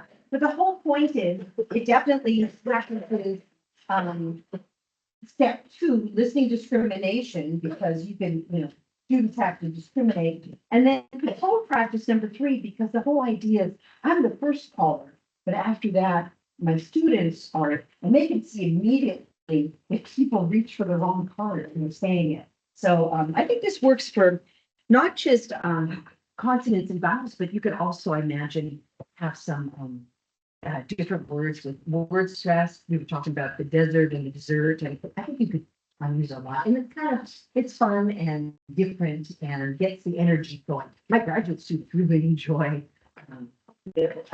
So I like slap game. Okay, let's move on to some word stress and sentence rhythm. And there are things, we've already talked about some of these things, but I'm going to introduce a few more. So we moved away from segmentals into super segmentals. And I agree with many of you that high priority is syllables and then stressing the right syllable. And so I also like to start with desert and dessert. And really being explicit about, well, let me ask you, what does stress mean? We've been talking about stress, but what is stress? Like, what is that? Okay, the word is highlighted prominent, but what does that mean? Like, how do you do that? Like, what happens with your words? Okay, so it's usually a little higher. What else? Louder. A little louder, little longer, and a little clearer. Yes. My students sometimes they just make it louder. They just shout it. And that's not enough. It's a little higher, length, and then clarity of the vowel. So I make sure that they understand what that is: longer, clearer, louder, and higher. So that's that step 1, little description and analysis. And then I do things like, with the same thing. Let's just try it. Oops, my 2 moved over. Let's just try it. Okay. I'm going to say one of these words. And can you see the bold? The bold is where the stress is. Okay. Invalid. Invalid. Is that 1 or 2? Invalid. Yeah, so you can see it. So I do, the same kind of listening discrimination with them. And we do a lot of drills. I read a study that it's really good to have the word stress and then the phrase stress that follows the same. So I have 3 examples. Can you repeat after me? Oh, and actually, I think we should do some movement. So on the stress syllable, we won't punch. Let's just raise our hand, okay? So repeat after me, everybody. Pretend. A friend. Let's do it 3 times. Pretend a friend. Pretend a friend. Pretend a friend. Okay. All right. Let's do the next one just 1 time. Entranced. We dance. Okay, now we'll do it 3 times. Entranced, we dance. Entranced, we dance. Entranced, we dance. And then this one, my voice always goes high, probably because it's so, I always say petite. It's sweet. I don't know why my voice goes high, but it just does. Okay, let's try it. Everybody. Petite. It's sweet. I know, I think it's because it's so cute. Okay, all right. Let's try it again. And we'll do it 3 times. Everybody. Petite, it's sweet. Petite, it's sweet. Petite, it's sweet. So again, lots of controlled practice, something kinesthetic, and then lots of practice. And then you can get your students to not just do the hand, but they can actually stand up or they can move their arms. Same kind of thing. We've got committee, the city, committee, committee, he's ready. And you can have one student be the leader, but just a lot of controlled practice and kinesthetic movement for it. And then I make sure my students know how to, they don't have to just memorize all these stresses. There's patterns. So make sure that teaching them any patterns, especially my university students. And then, of course, using the dictionaries to help them find the right one. So, for example, I will make cards with all of these words, and I give them to groups, and I say, organize them by the pattern or the rule that sort of dictates what the syllable stress is. And then we get them to look at like, oh, this is one of those words that has 2 different, insult. Or here are our ickle. So getting them to look at the suffixes as a way of letting them know. So any new word they see with that same ending, 90% of the time, it's going to have the same. So look at the ION, expression, distribution. So getting them to understand how some of the patterns work. And then I love a chart like this, where when students are learning new words, they're charting them according to their syllable stress. So you can see what I'm doing with the little O's and the big O's. Can I ask everybody right now, can you think of a word that will fit into some of these bigger patterns? These are easy, but can you think of some English words that would follow these word stress patterns? Think for a minute of big words, the longest words, Discrimination, let's put in the second last one. First word in the second last one. Okay, wait, second to last, wait, this one, wait. Which one? So we've got row 1, 2, 3. First row, First row, the fourth word. the fourth one, okay. Okay, now I always have to use my hand. Discrimination, beautiful. Okay, discrimination. Anyone else have a long word to fit in here? Yes, it's like the second column and the third row. This one, photography. Photography, perfect, yeah, photography, yeah. Anyone, does anyone have one down here? I'm putting you on the spot. It would take me a while to think of one here. Anyways, but getting students to like really kind of know this, and when they learn new vocabulary, they can start charting it. It's another way to get them to kind of take responsibility for it. And then, as people have been saying, I love dictionaries.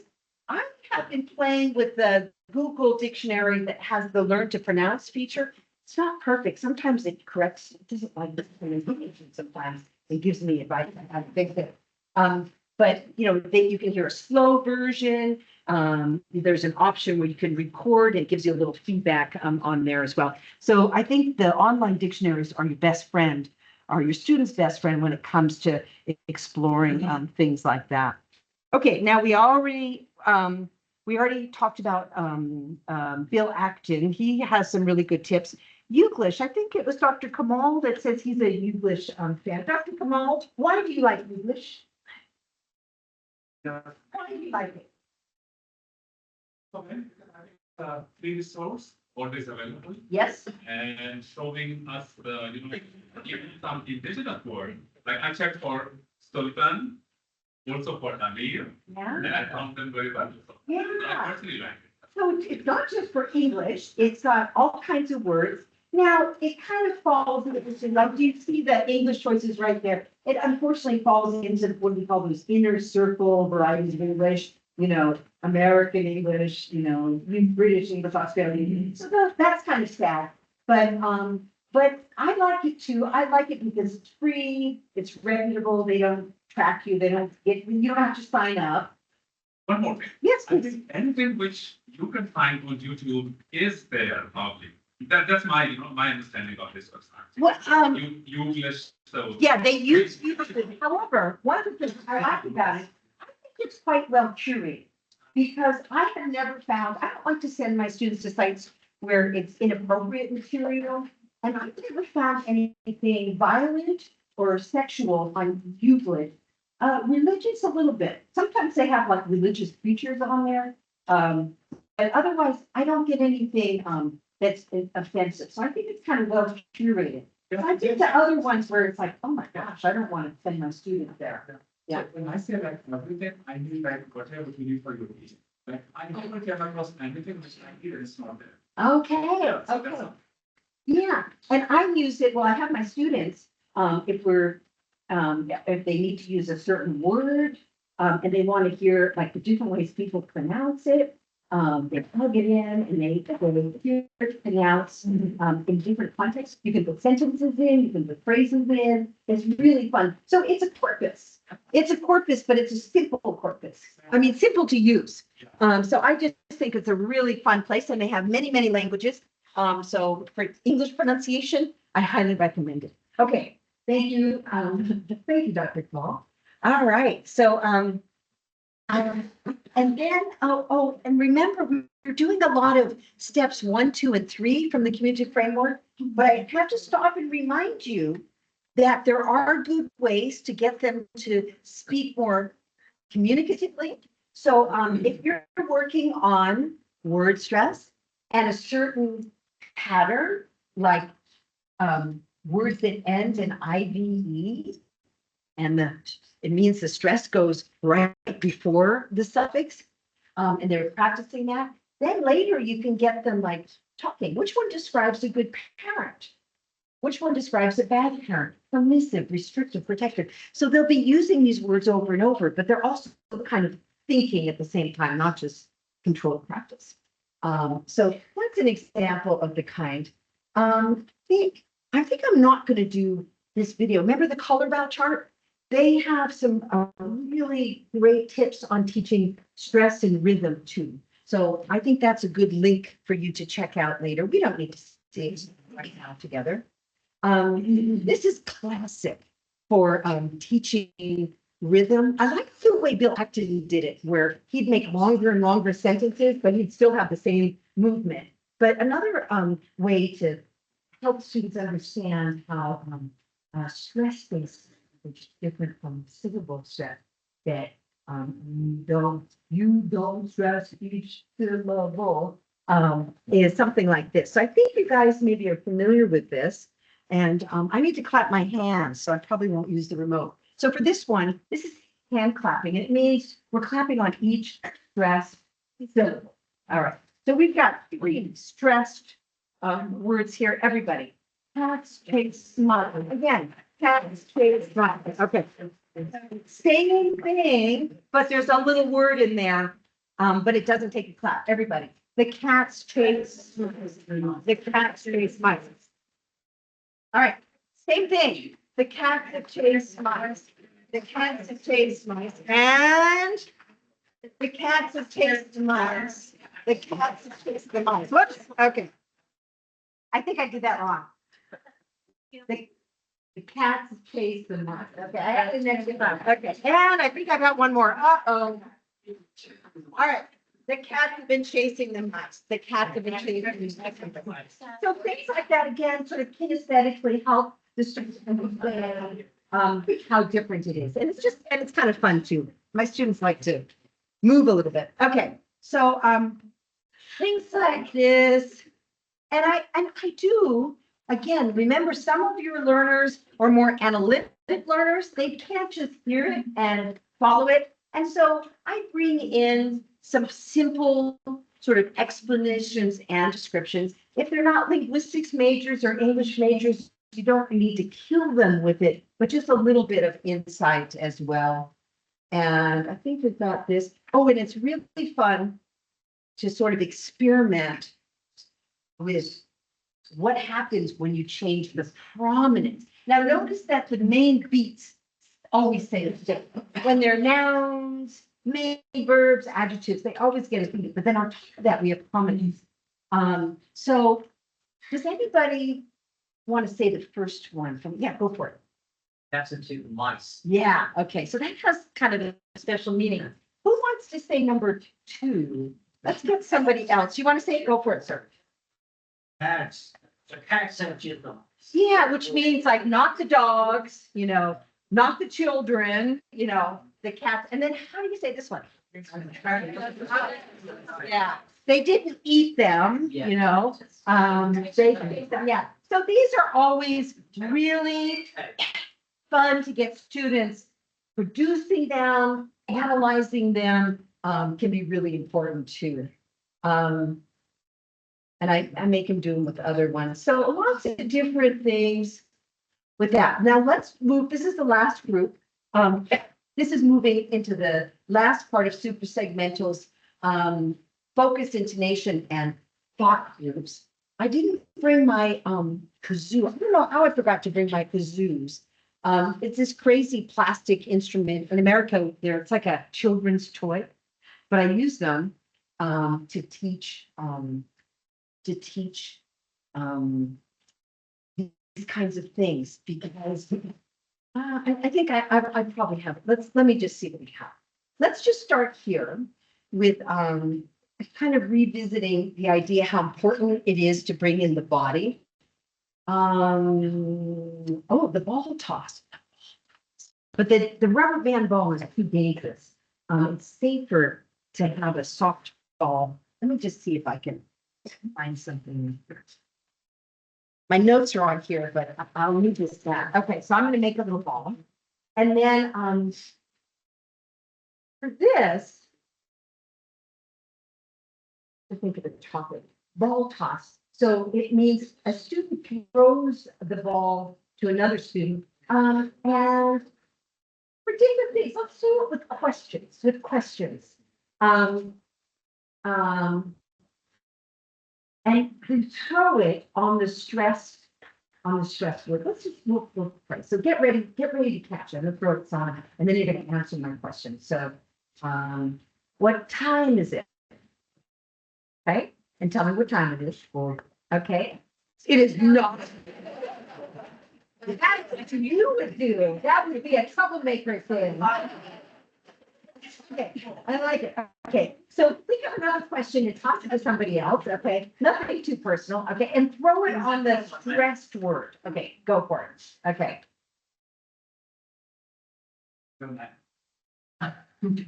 What's your name? Yeah, okay, very good. I like it. Okay. Okay, now you get to throw to somebody else with a new question. Throw it on the stress word, yeah. Oh, watch out, he's going behind. Okay. Yeah, you can send it, yeah.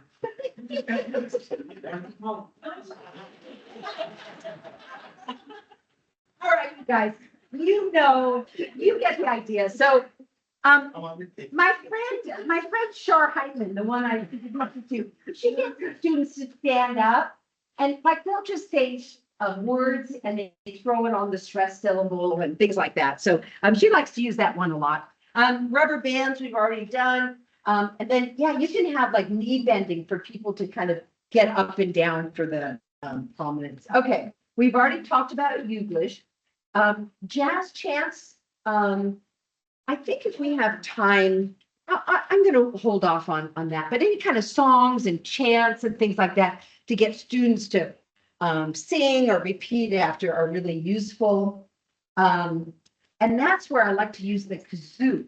The kazoo lets me make the sound of it and then try. So, but you could just do it with humming too. So.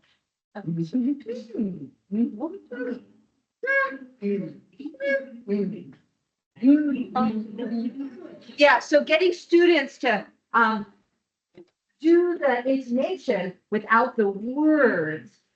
Or listen to me do it without the words. So you can hum or you can go la la la la la, things like that can be really good. Okay. And things like getting them to yeah, so really working with this hand conducting is really important. Another thing is I get students to really exaggerate, like they're being very dramatic, stretch things out and really play with things like this can be important. Does anyone use amp pitch? I like this tool. It's free. You don't have to register for it. It's pretty easy to learn. To me, it's kind of hard, but I like amp pitch. And students or you can say things and it traces your pitch. And I think we have to yeah, plot does the same thing. But plot is more sophisticated and sometimes harder to use. Amp pitch is really easy. So there's really students, it's easy to learn it. So I like amp pitch. I would encourage you to play with it. One way I use it is having it two windows open side by side where students can record. They can see what a native speaker sounds like when they do it, and then they can repeat after and see it. So I like the amp pitch a lot.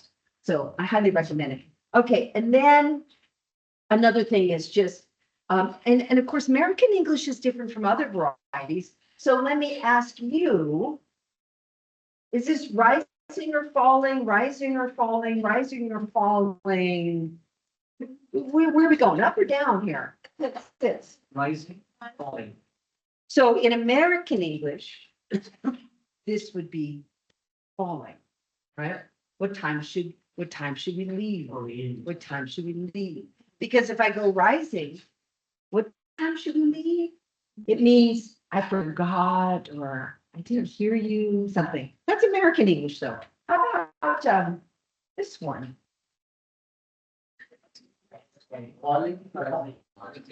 In American English, it's always rising. Yes, no questions are right, but that's different from other varieties, right? British use something different. They do something different. So anyways, in my classes, we spend some time with this because, and then we have the tag questions. Rising or falling? Could be either, different meaning. So he said he lived in Texas, didn't he? Right. Versus he said he lived in Texas, didn't he? One of them means, I really don't know, help me. And the other one means, I'm just confirming. So we can work with that. And things like this. What about this one? Mary's gone home. Mary's gone home. Is that a question or a statement? Question, yeah. So a lot of things like this. And then, of course, getting the students to do them. And then these ones are fun.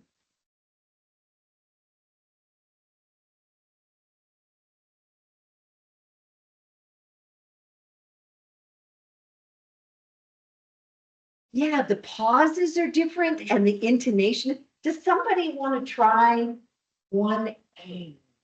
Who wants to try 1A? Who wants to try it? Volunteers?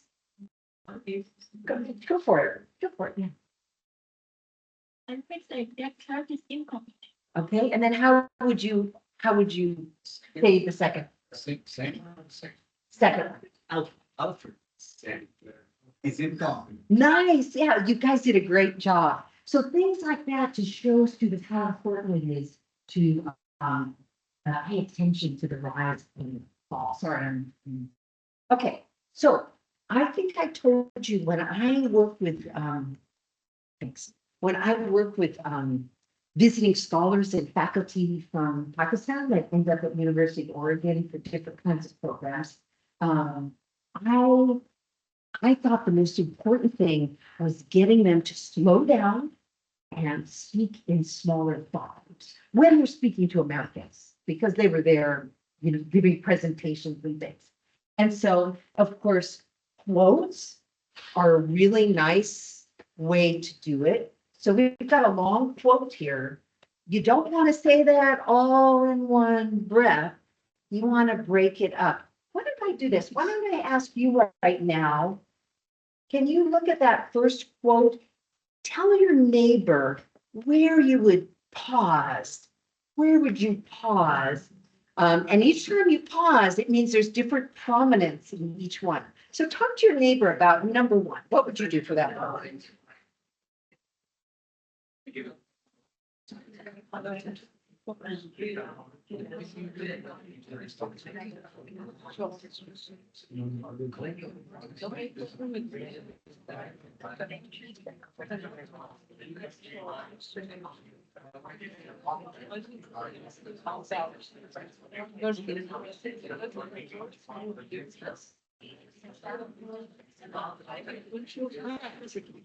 am going to call somebody, and you or your partner could try it. Where is it? Where are you? Oh, right there. Would you like to say that first sentence here? And then we'll listen for where you break it up. Go for it. When you do the common things like in an uncommon way, you will command the attention of the world. Perfect. And that just makes all the difference in the world. I don't know why it is, but some of the Pakistanis I work with, I think they just put it all together.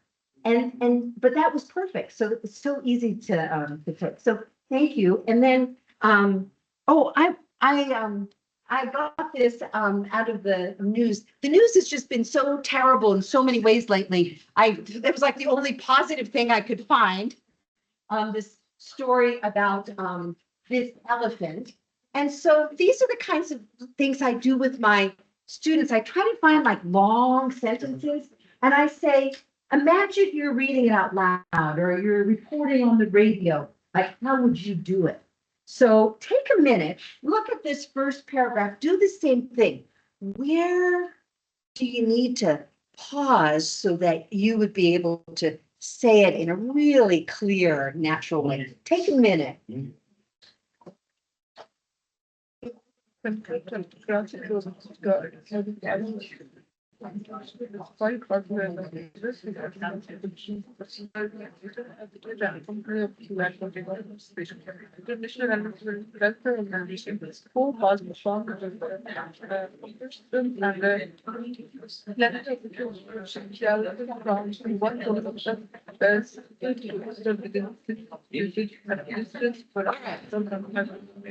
I am going to call somebody. You or your neighbor can speak. Where's Sana? Where's Sana? Oh, Sana, you weren't in here. Okay, Sana's okay. Where's Ali? Ali, would you try this long sentence here, please?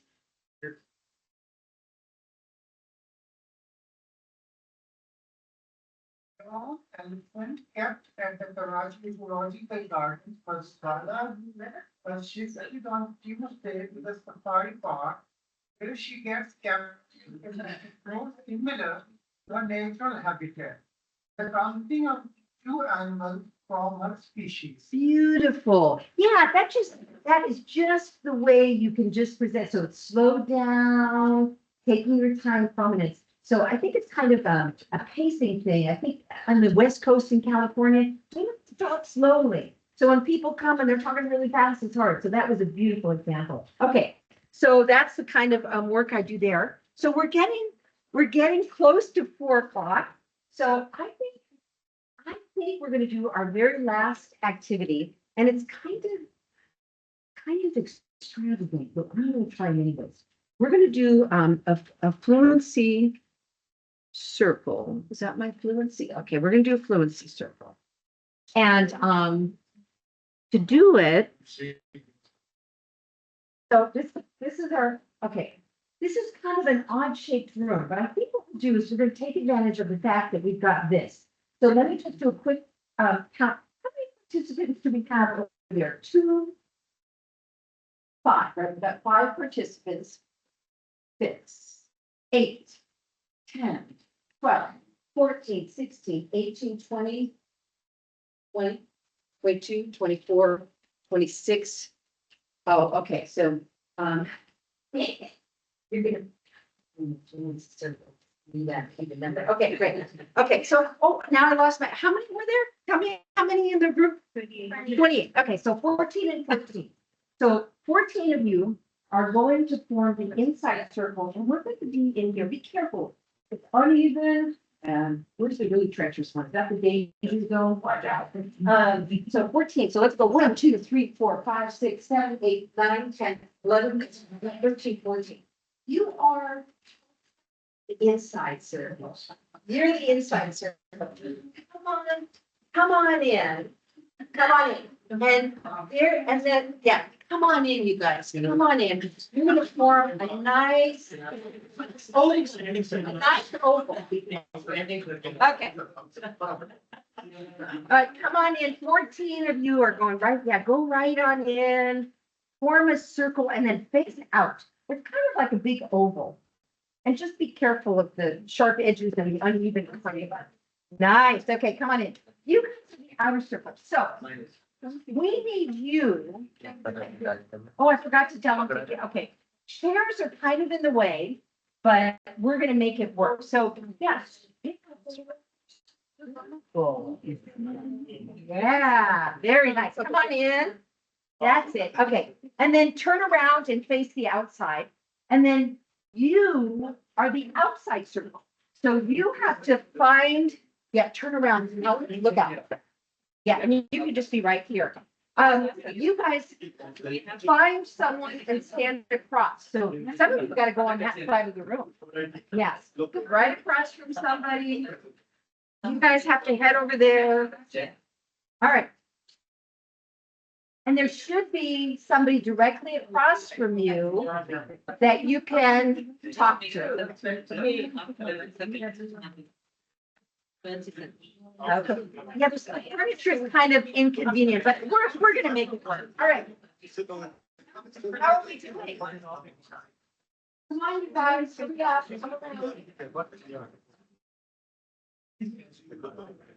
All right.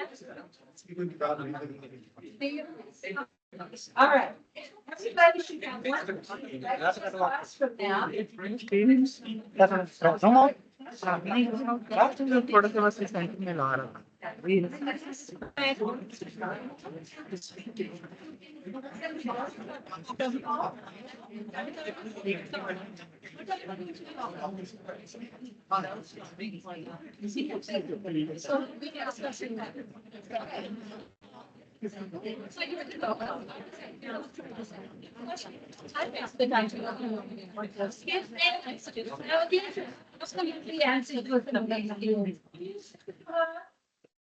Everybody should have one partner directly talk. If you do not, then get on the other side of the circle and make your partner. Like you guys are there.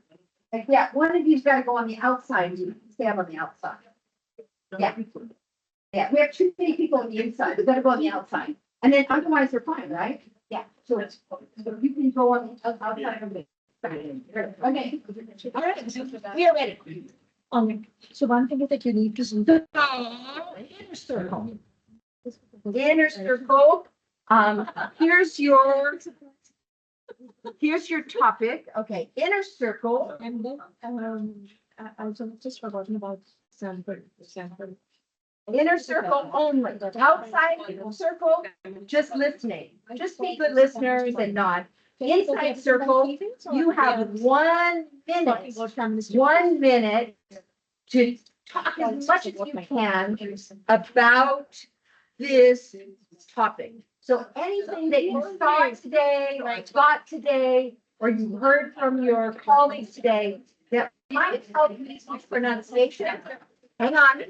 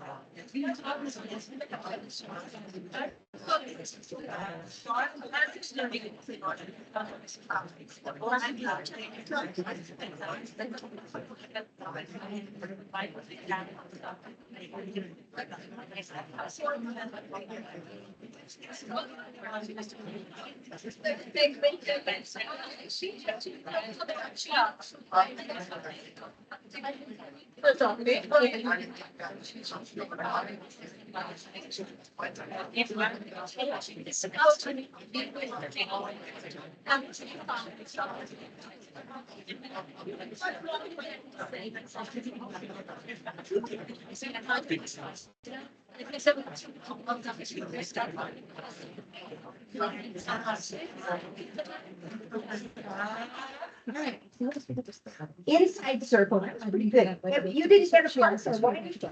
And we got an odd number. I know that. The director with me.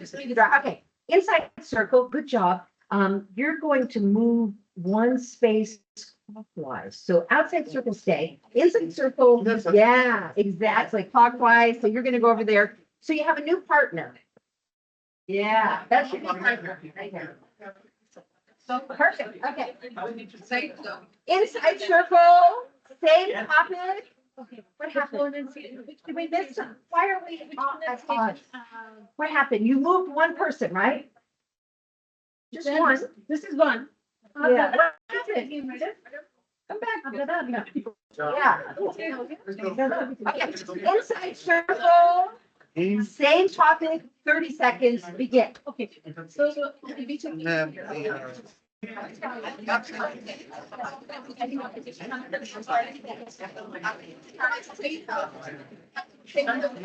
question is between creation activities and which sorts of activities you don't want to do. But I think we have a good knowledge of IT symbols which are specified in government sounds present English language. There are government sound language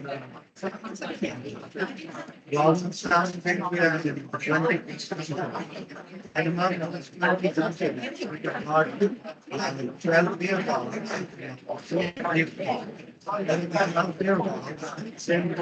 these pairs are strong.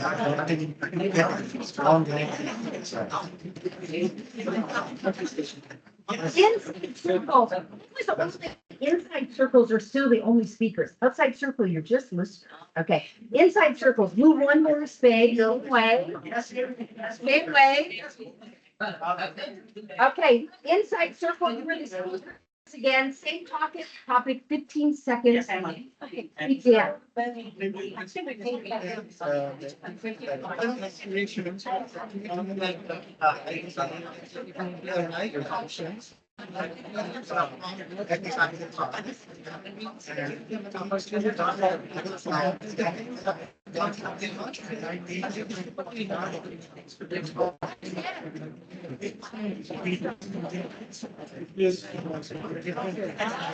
So I love having him up there. That's great. Okay.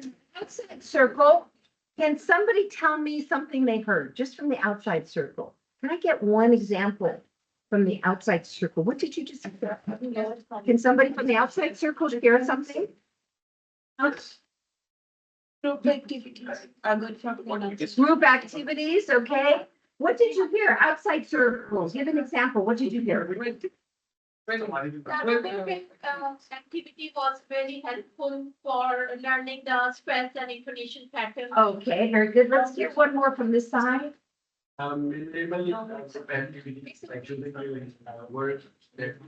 Slap game? Slap game. Okay. Thank you very much. All right, now it's time for the outside circle to speak, but I think because there's so many chairs there, inside circles, you're still gonna be the movers. So let's get the inside circle. Can you guys move one more time? So you have a new partner. Yes, one more. But now it's time for the outside circle. Outside circle, same. Yeah, can you guys make the turn? Outside circle, you've got 1 minute. 1 minute. Begin.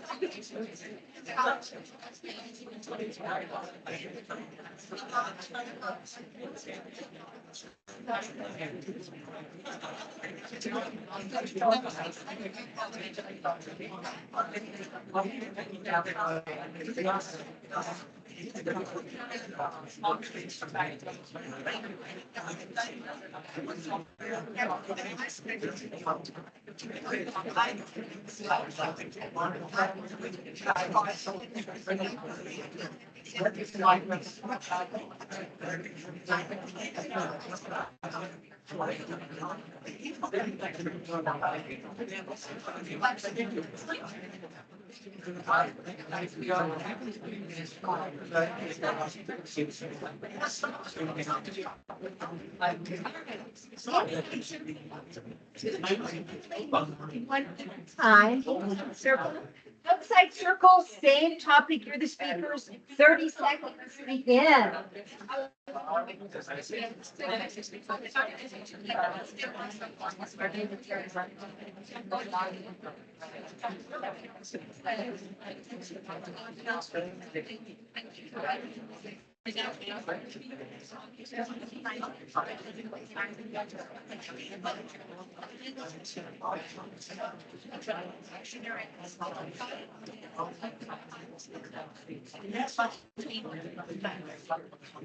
Inside circle, may I ask you to move one last time? Inside circle, outside circle, same topic. Same topic. Like here. 15 seconds, go.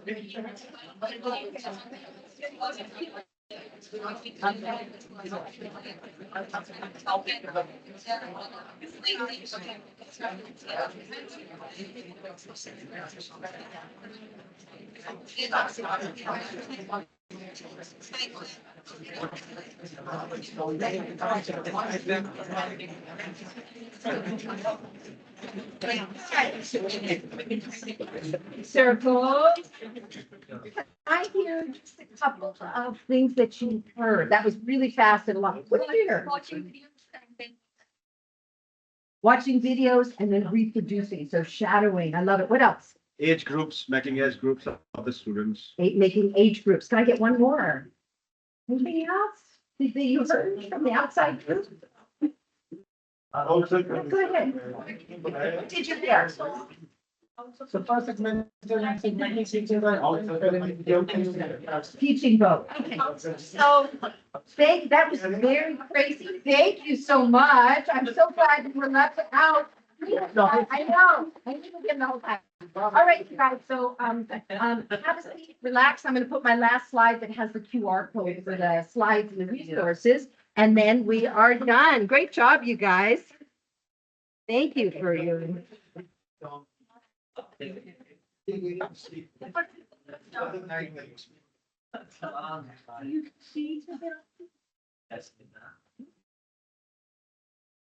We have to sign the certificates.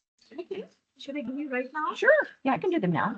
All right, have a seat, you guys. And if you want the slides or other links and resources, you should be able to find them using that QR code. I hope that I have permission to this. All right, and then we're just going to relax for a few minutes. And I hear rumor of certificates in the room. So we'll be doing those in just a second.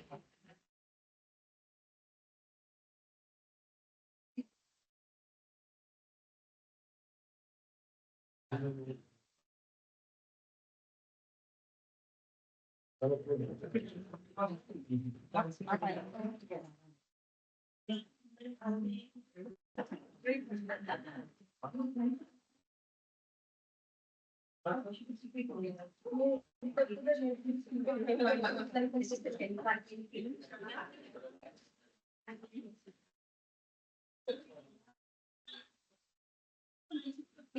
have just used some of the steam from our previous conference that one we did.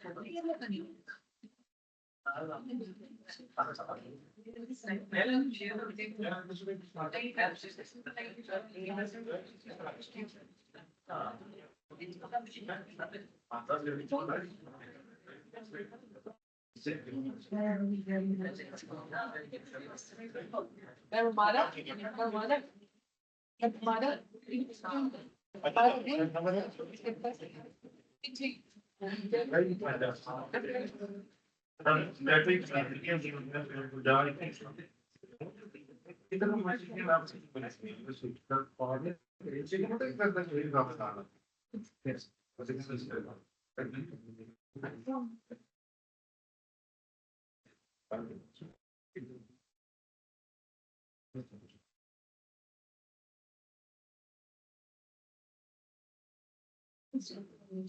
Better day is not say. Very patient.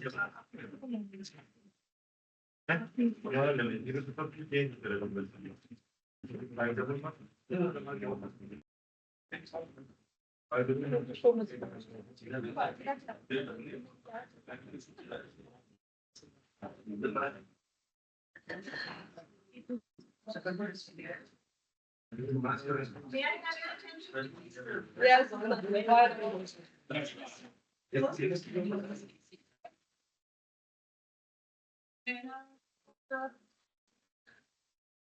All right, thank you so much. So we are now on to the last part of today's training workshop, that is the traditional closing ceremony. And we won't take longer for that because we know that some of our team members from Australia, Mali, and everything need to be there. Right? So it's just a 5 minutes event. And while Dr. Trish is signing your certificates, I would request Dr. Munir for the thank you note. Thank you note and boast. So just have 1 minute.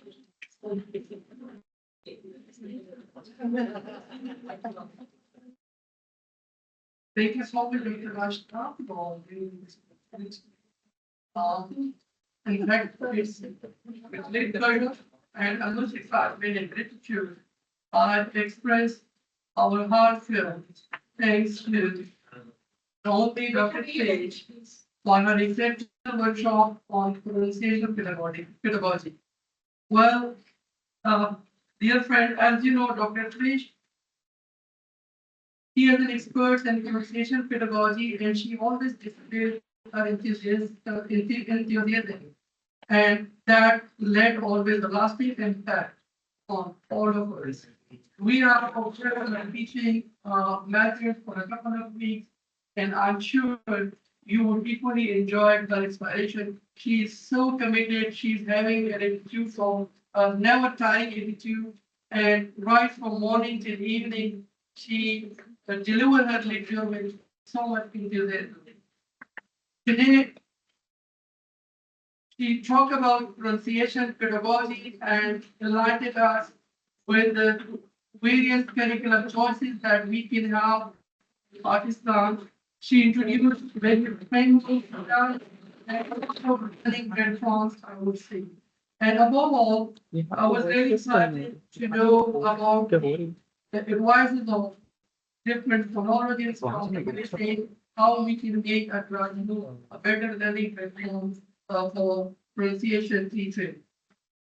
Well, with this, we also a deep sense of to reload for their continuous supports in sponsoring such a vital professional development initiatives for our faculty members, access teachers, and our graduate students. In addition, we also recognize the valuable collaborative efforts of Reload for sponsoring the Party-Sold English Access Scholarship and English Work Program at AIOU. I think it would be injustice not to say heartfelt thanks to my leader, Professor Dr. Nasir Mahmood, Vice Chancellor, AIOU, my Dean, who was not feeling well today, and we are really missing his presence, Professor Dr. Abdul Aziz Sahib, for their consistent and unwavering support for this professional and development program. And sir, I would also like to express my sincere gratitude to our colleagues and leaders, Dr. Mohammed Kamal Khan, Chairman Department of English, for organizing such an exceptional event that brings all of us together under this roof. I'm also thankful to Dr. Ramjit, my colleague, for his invaluable administrative support throughout this workshop, and Dr. Rashda Imran for her seamless coordination as the secretary and MC of the event. I'm also grateful to our IT support team, IET, and media team of AIOU for being with us all day with enthusiasm. Yay, thank you. Well, in closing, I would like to reiterate my gratitude to everyone involved in this workshop. You are the champion. You are the real champion. You really make this workshop a great success, and we are looking forward to arrange further workshops under the umbrella of Party Soul for you. Dr. Kamal has a long list of, professional development activities, and I think it will be started very soon, maybe from January onwards. So with this, thank you so much. Thank you so much once again, Dr. Trish. You once again proved a good friend of Pakistan's, and we will really miss your certificate. Thank you.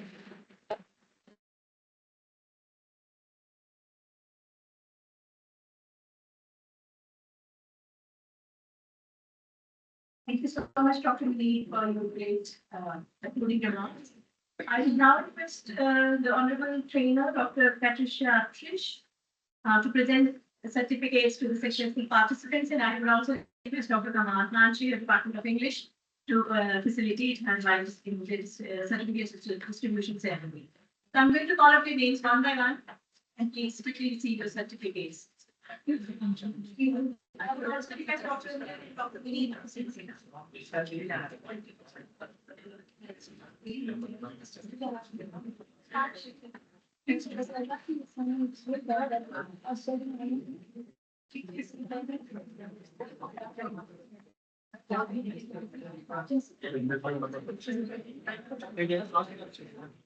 ये क्या हो गया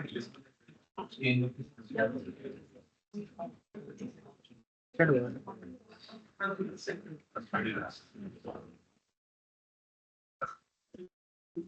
सुनहरा सफर न्यासी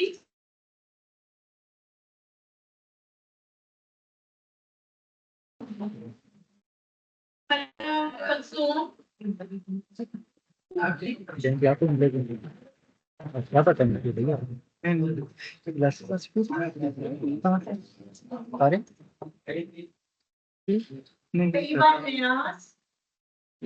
vision नहीं आ रहा है नजर नहीं आ रहा विजन नहीं आ रहा इसके साइड में चावल लगी अच्छा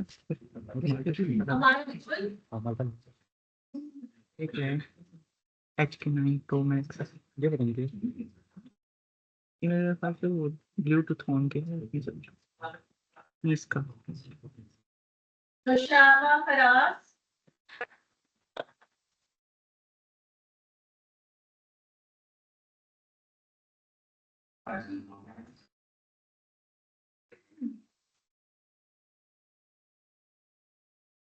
Sana Azim.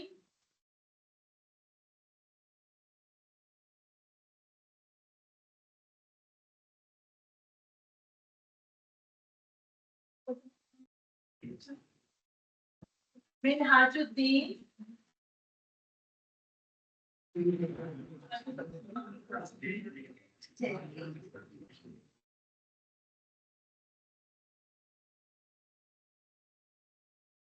Aiba Bakhtiar.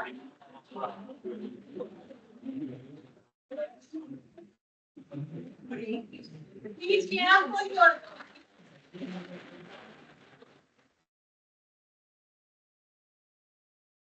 Great job. Welcome, Huma.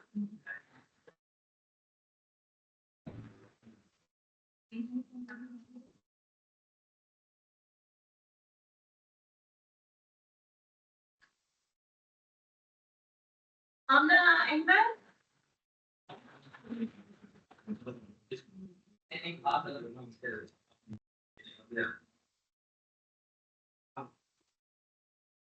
Thank you.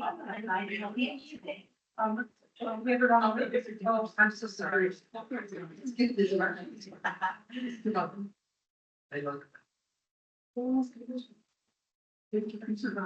have the right one.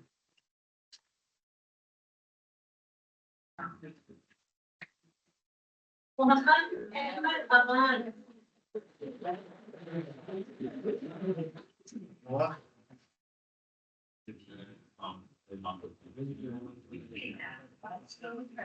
Thank you. Abdul Sattar. Great job too.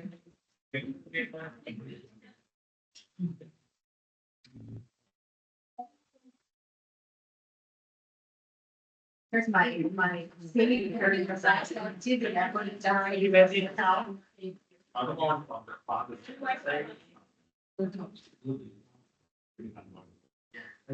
did a great job today. Thanks so much. Okay, just a little bit.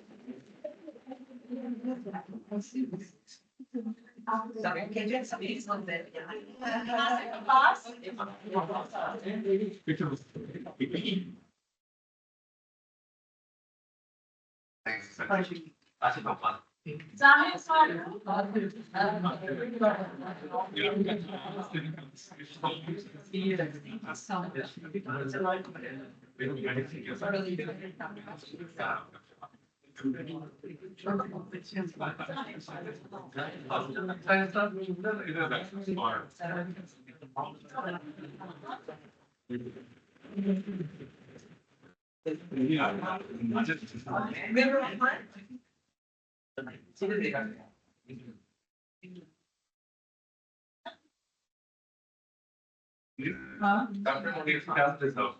Yeah.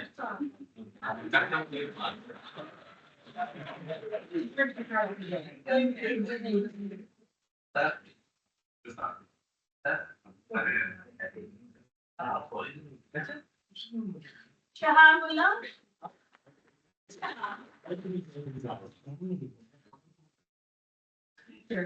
Makaroni Sultan.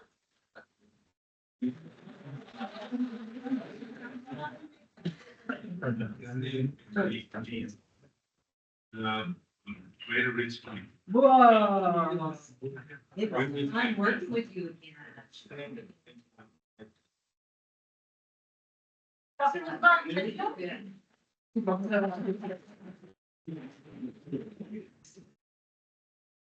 I think I'm looking. Yeah. Mohammed Zishan.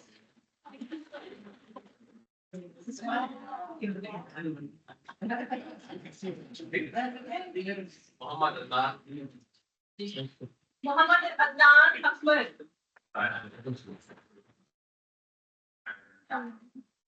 Great job. Oh, yeah.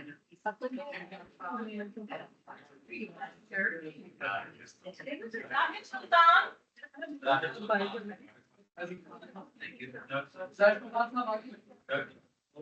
Rashid bin Haas. So much for Israr Ahmed.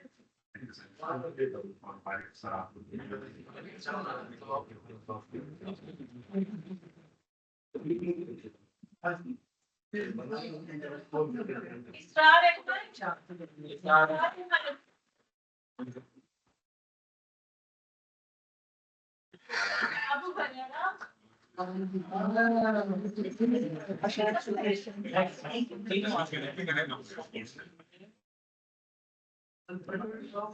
Great job. Ramullah.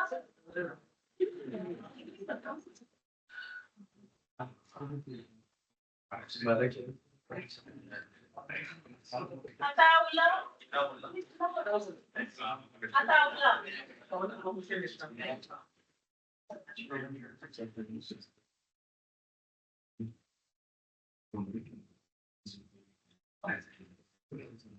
Abe Aslam. Zahidullah, Kamna, my two brothers. Good friends, like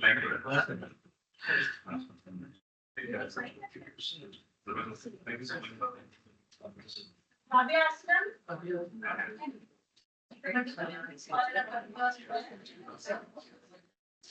Mumtaz.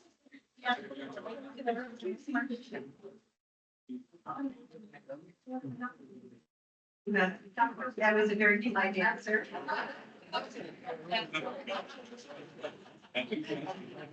Implementing your plans? Oh,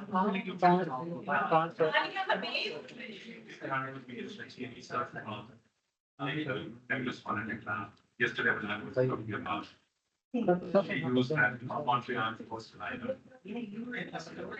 Yeah.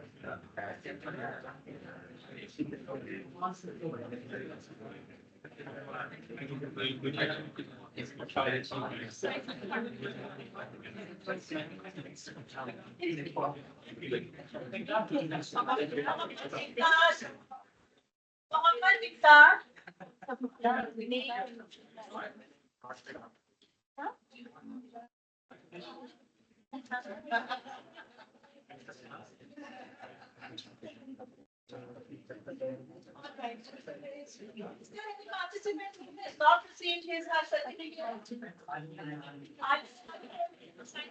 can see it and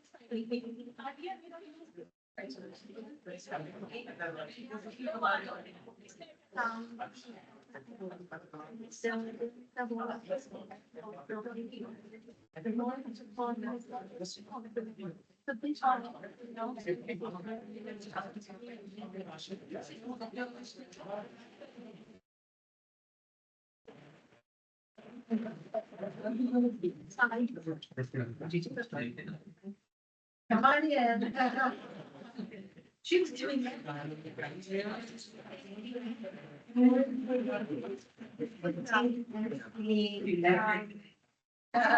Good job.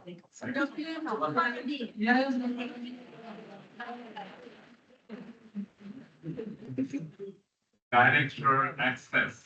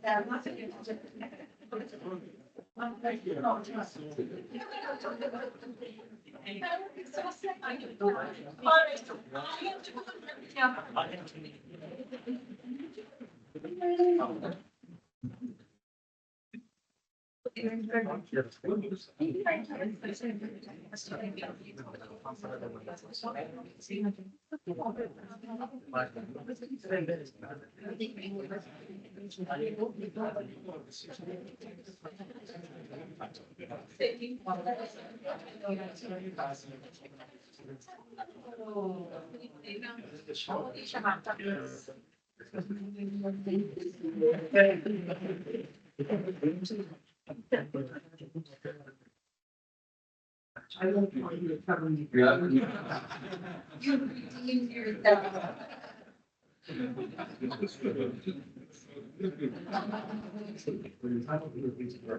Thank you so much. No,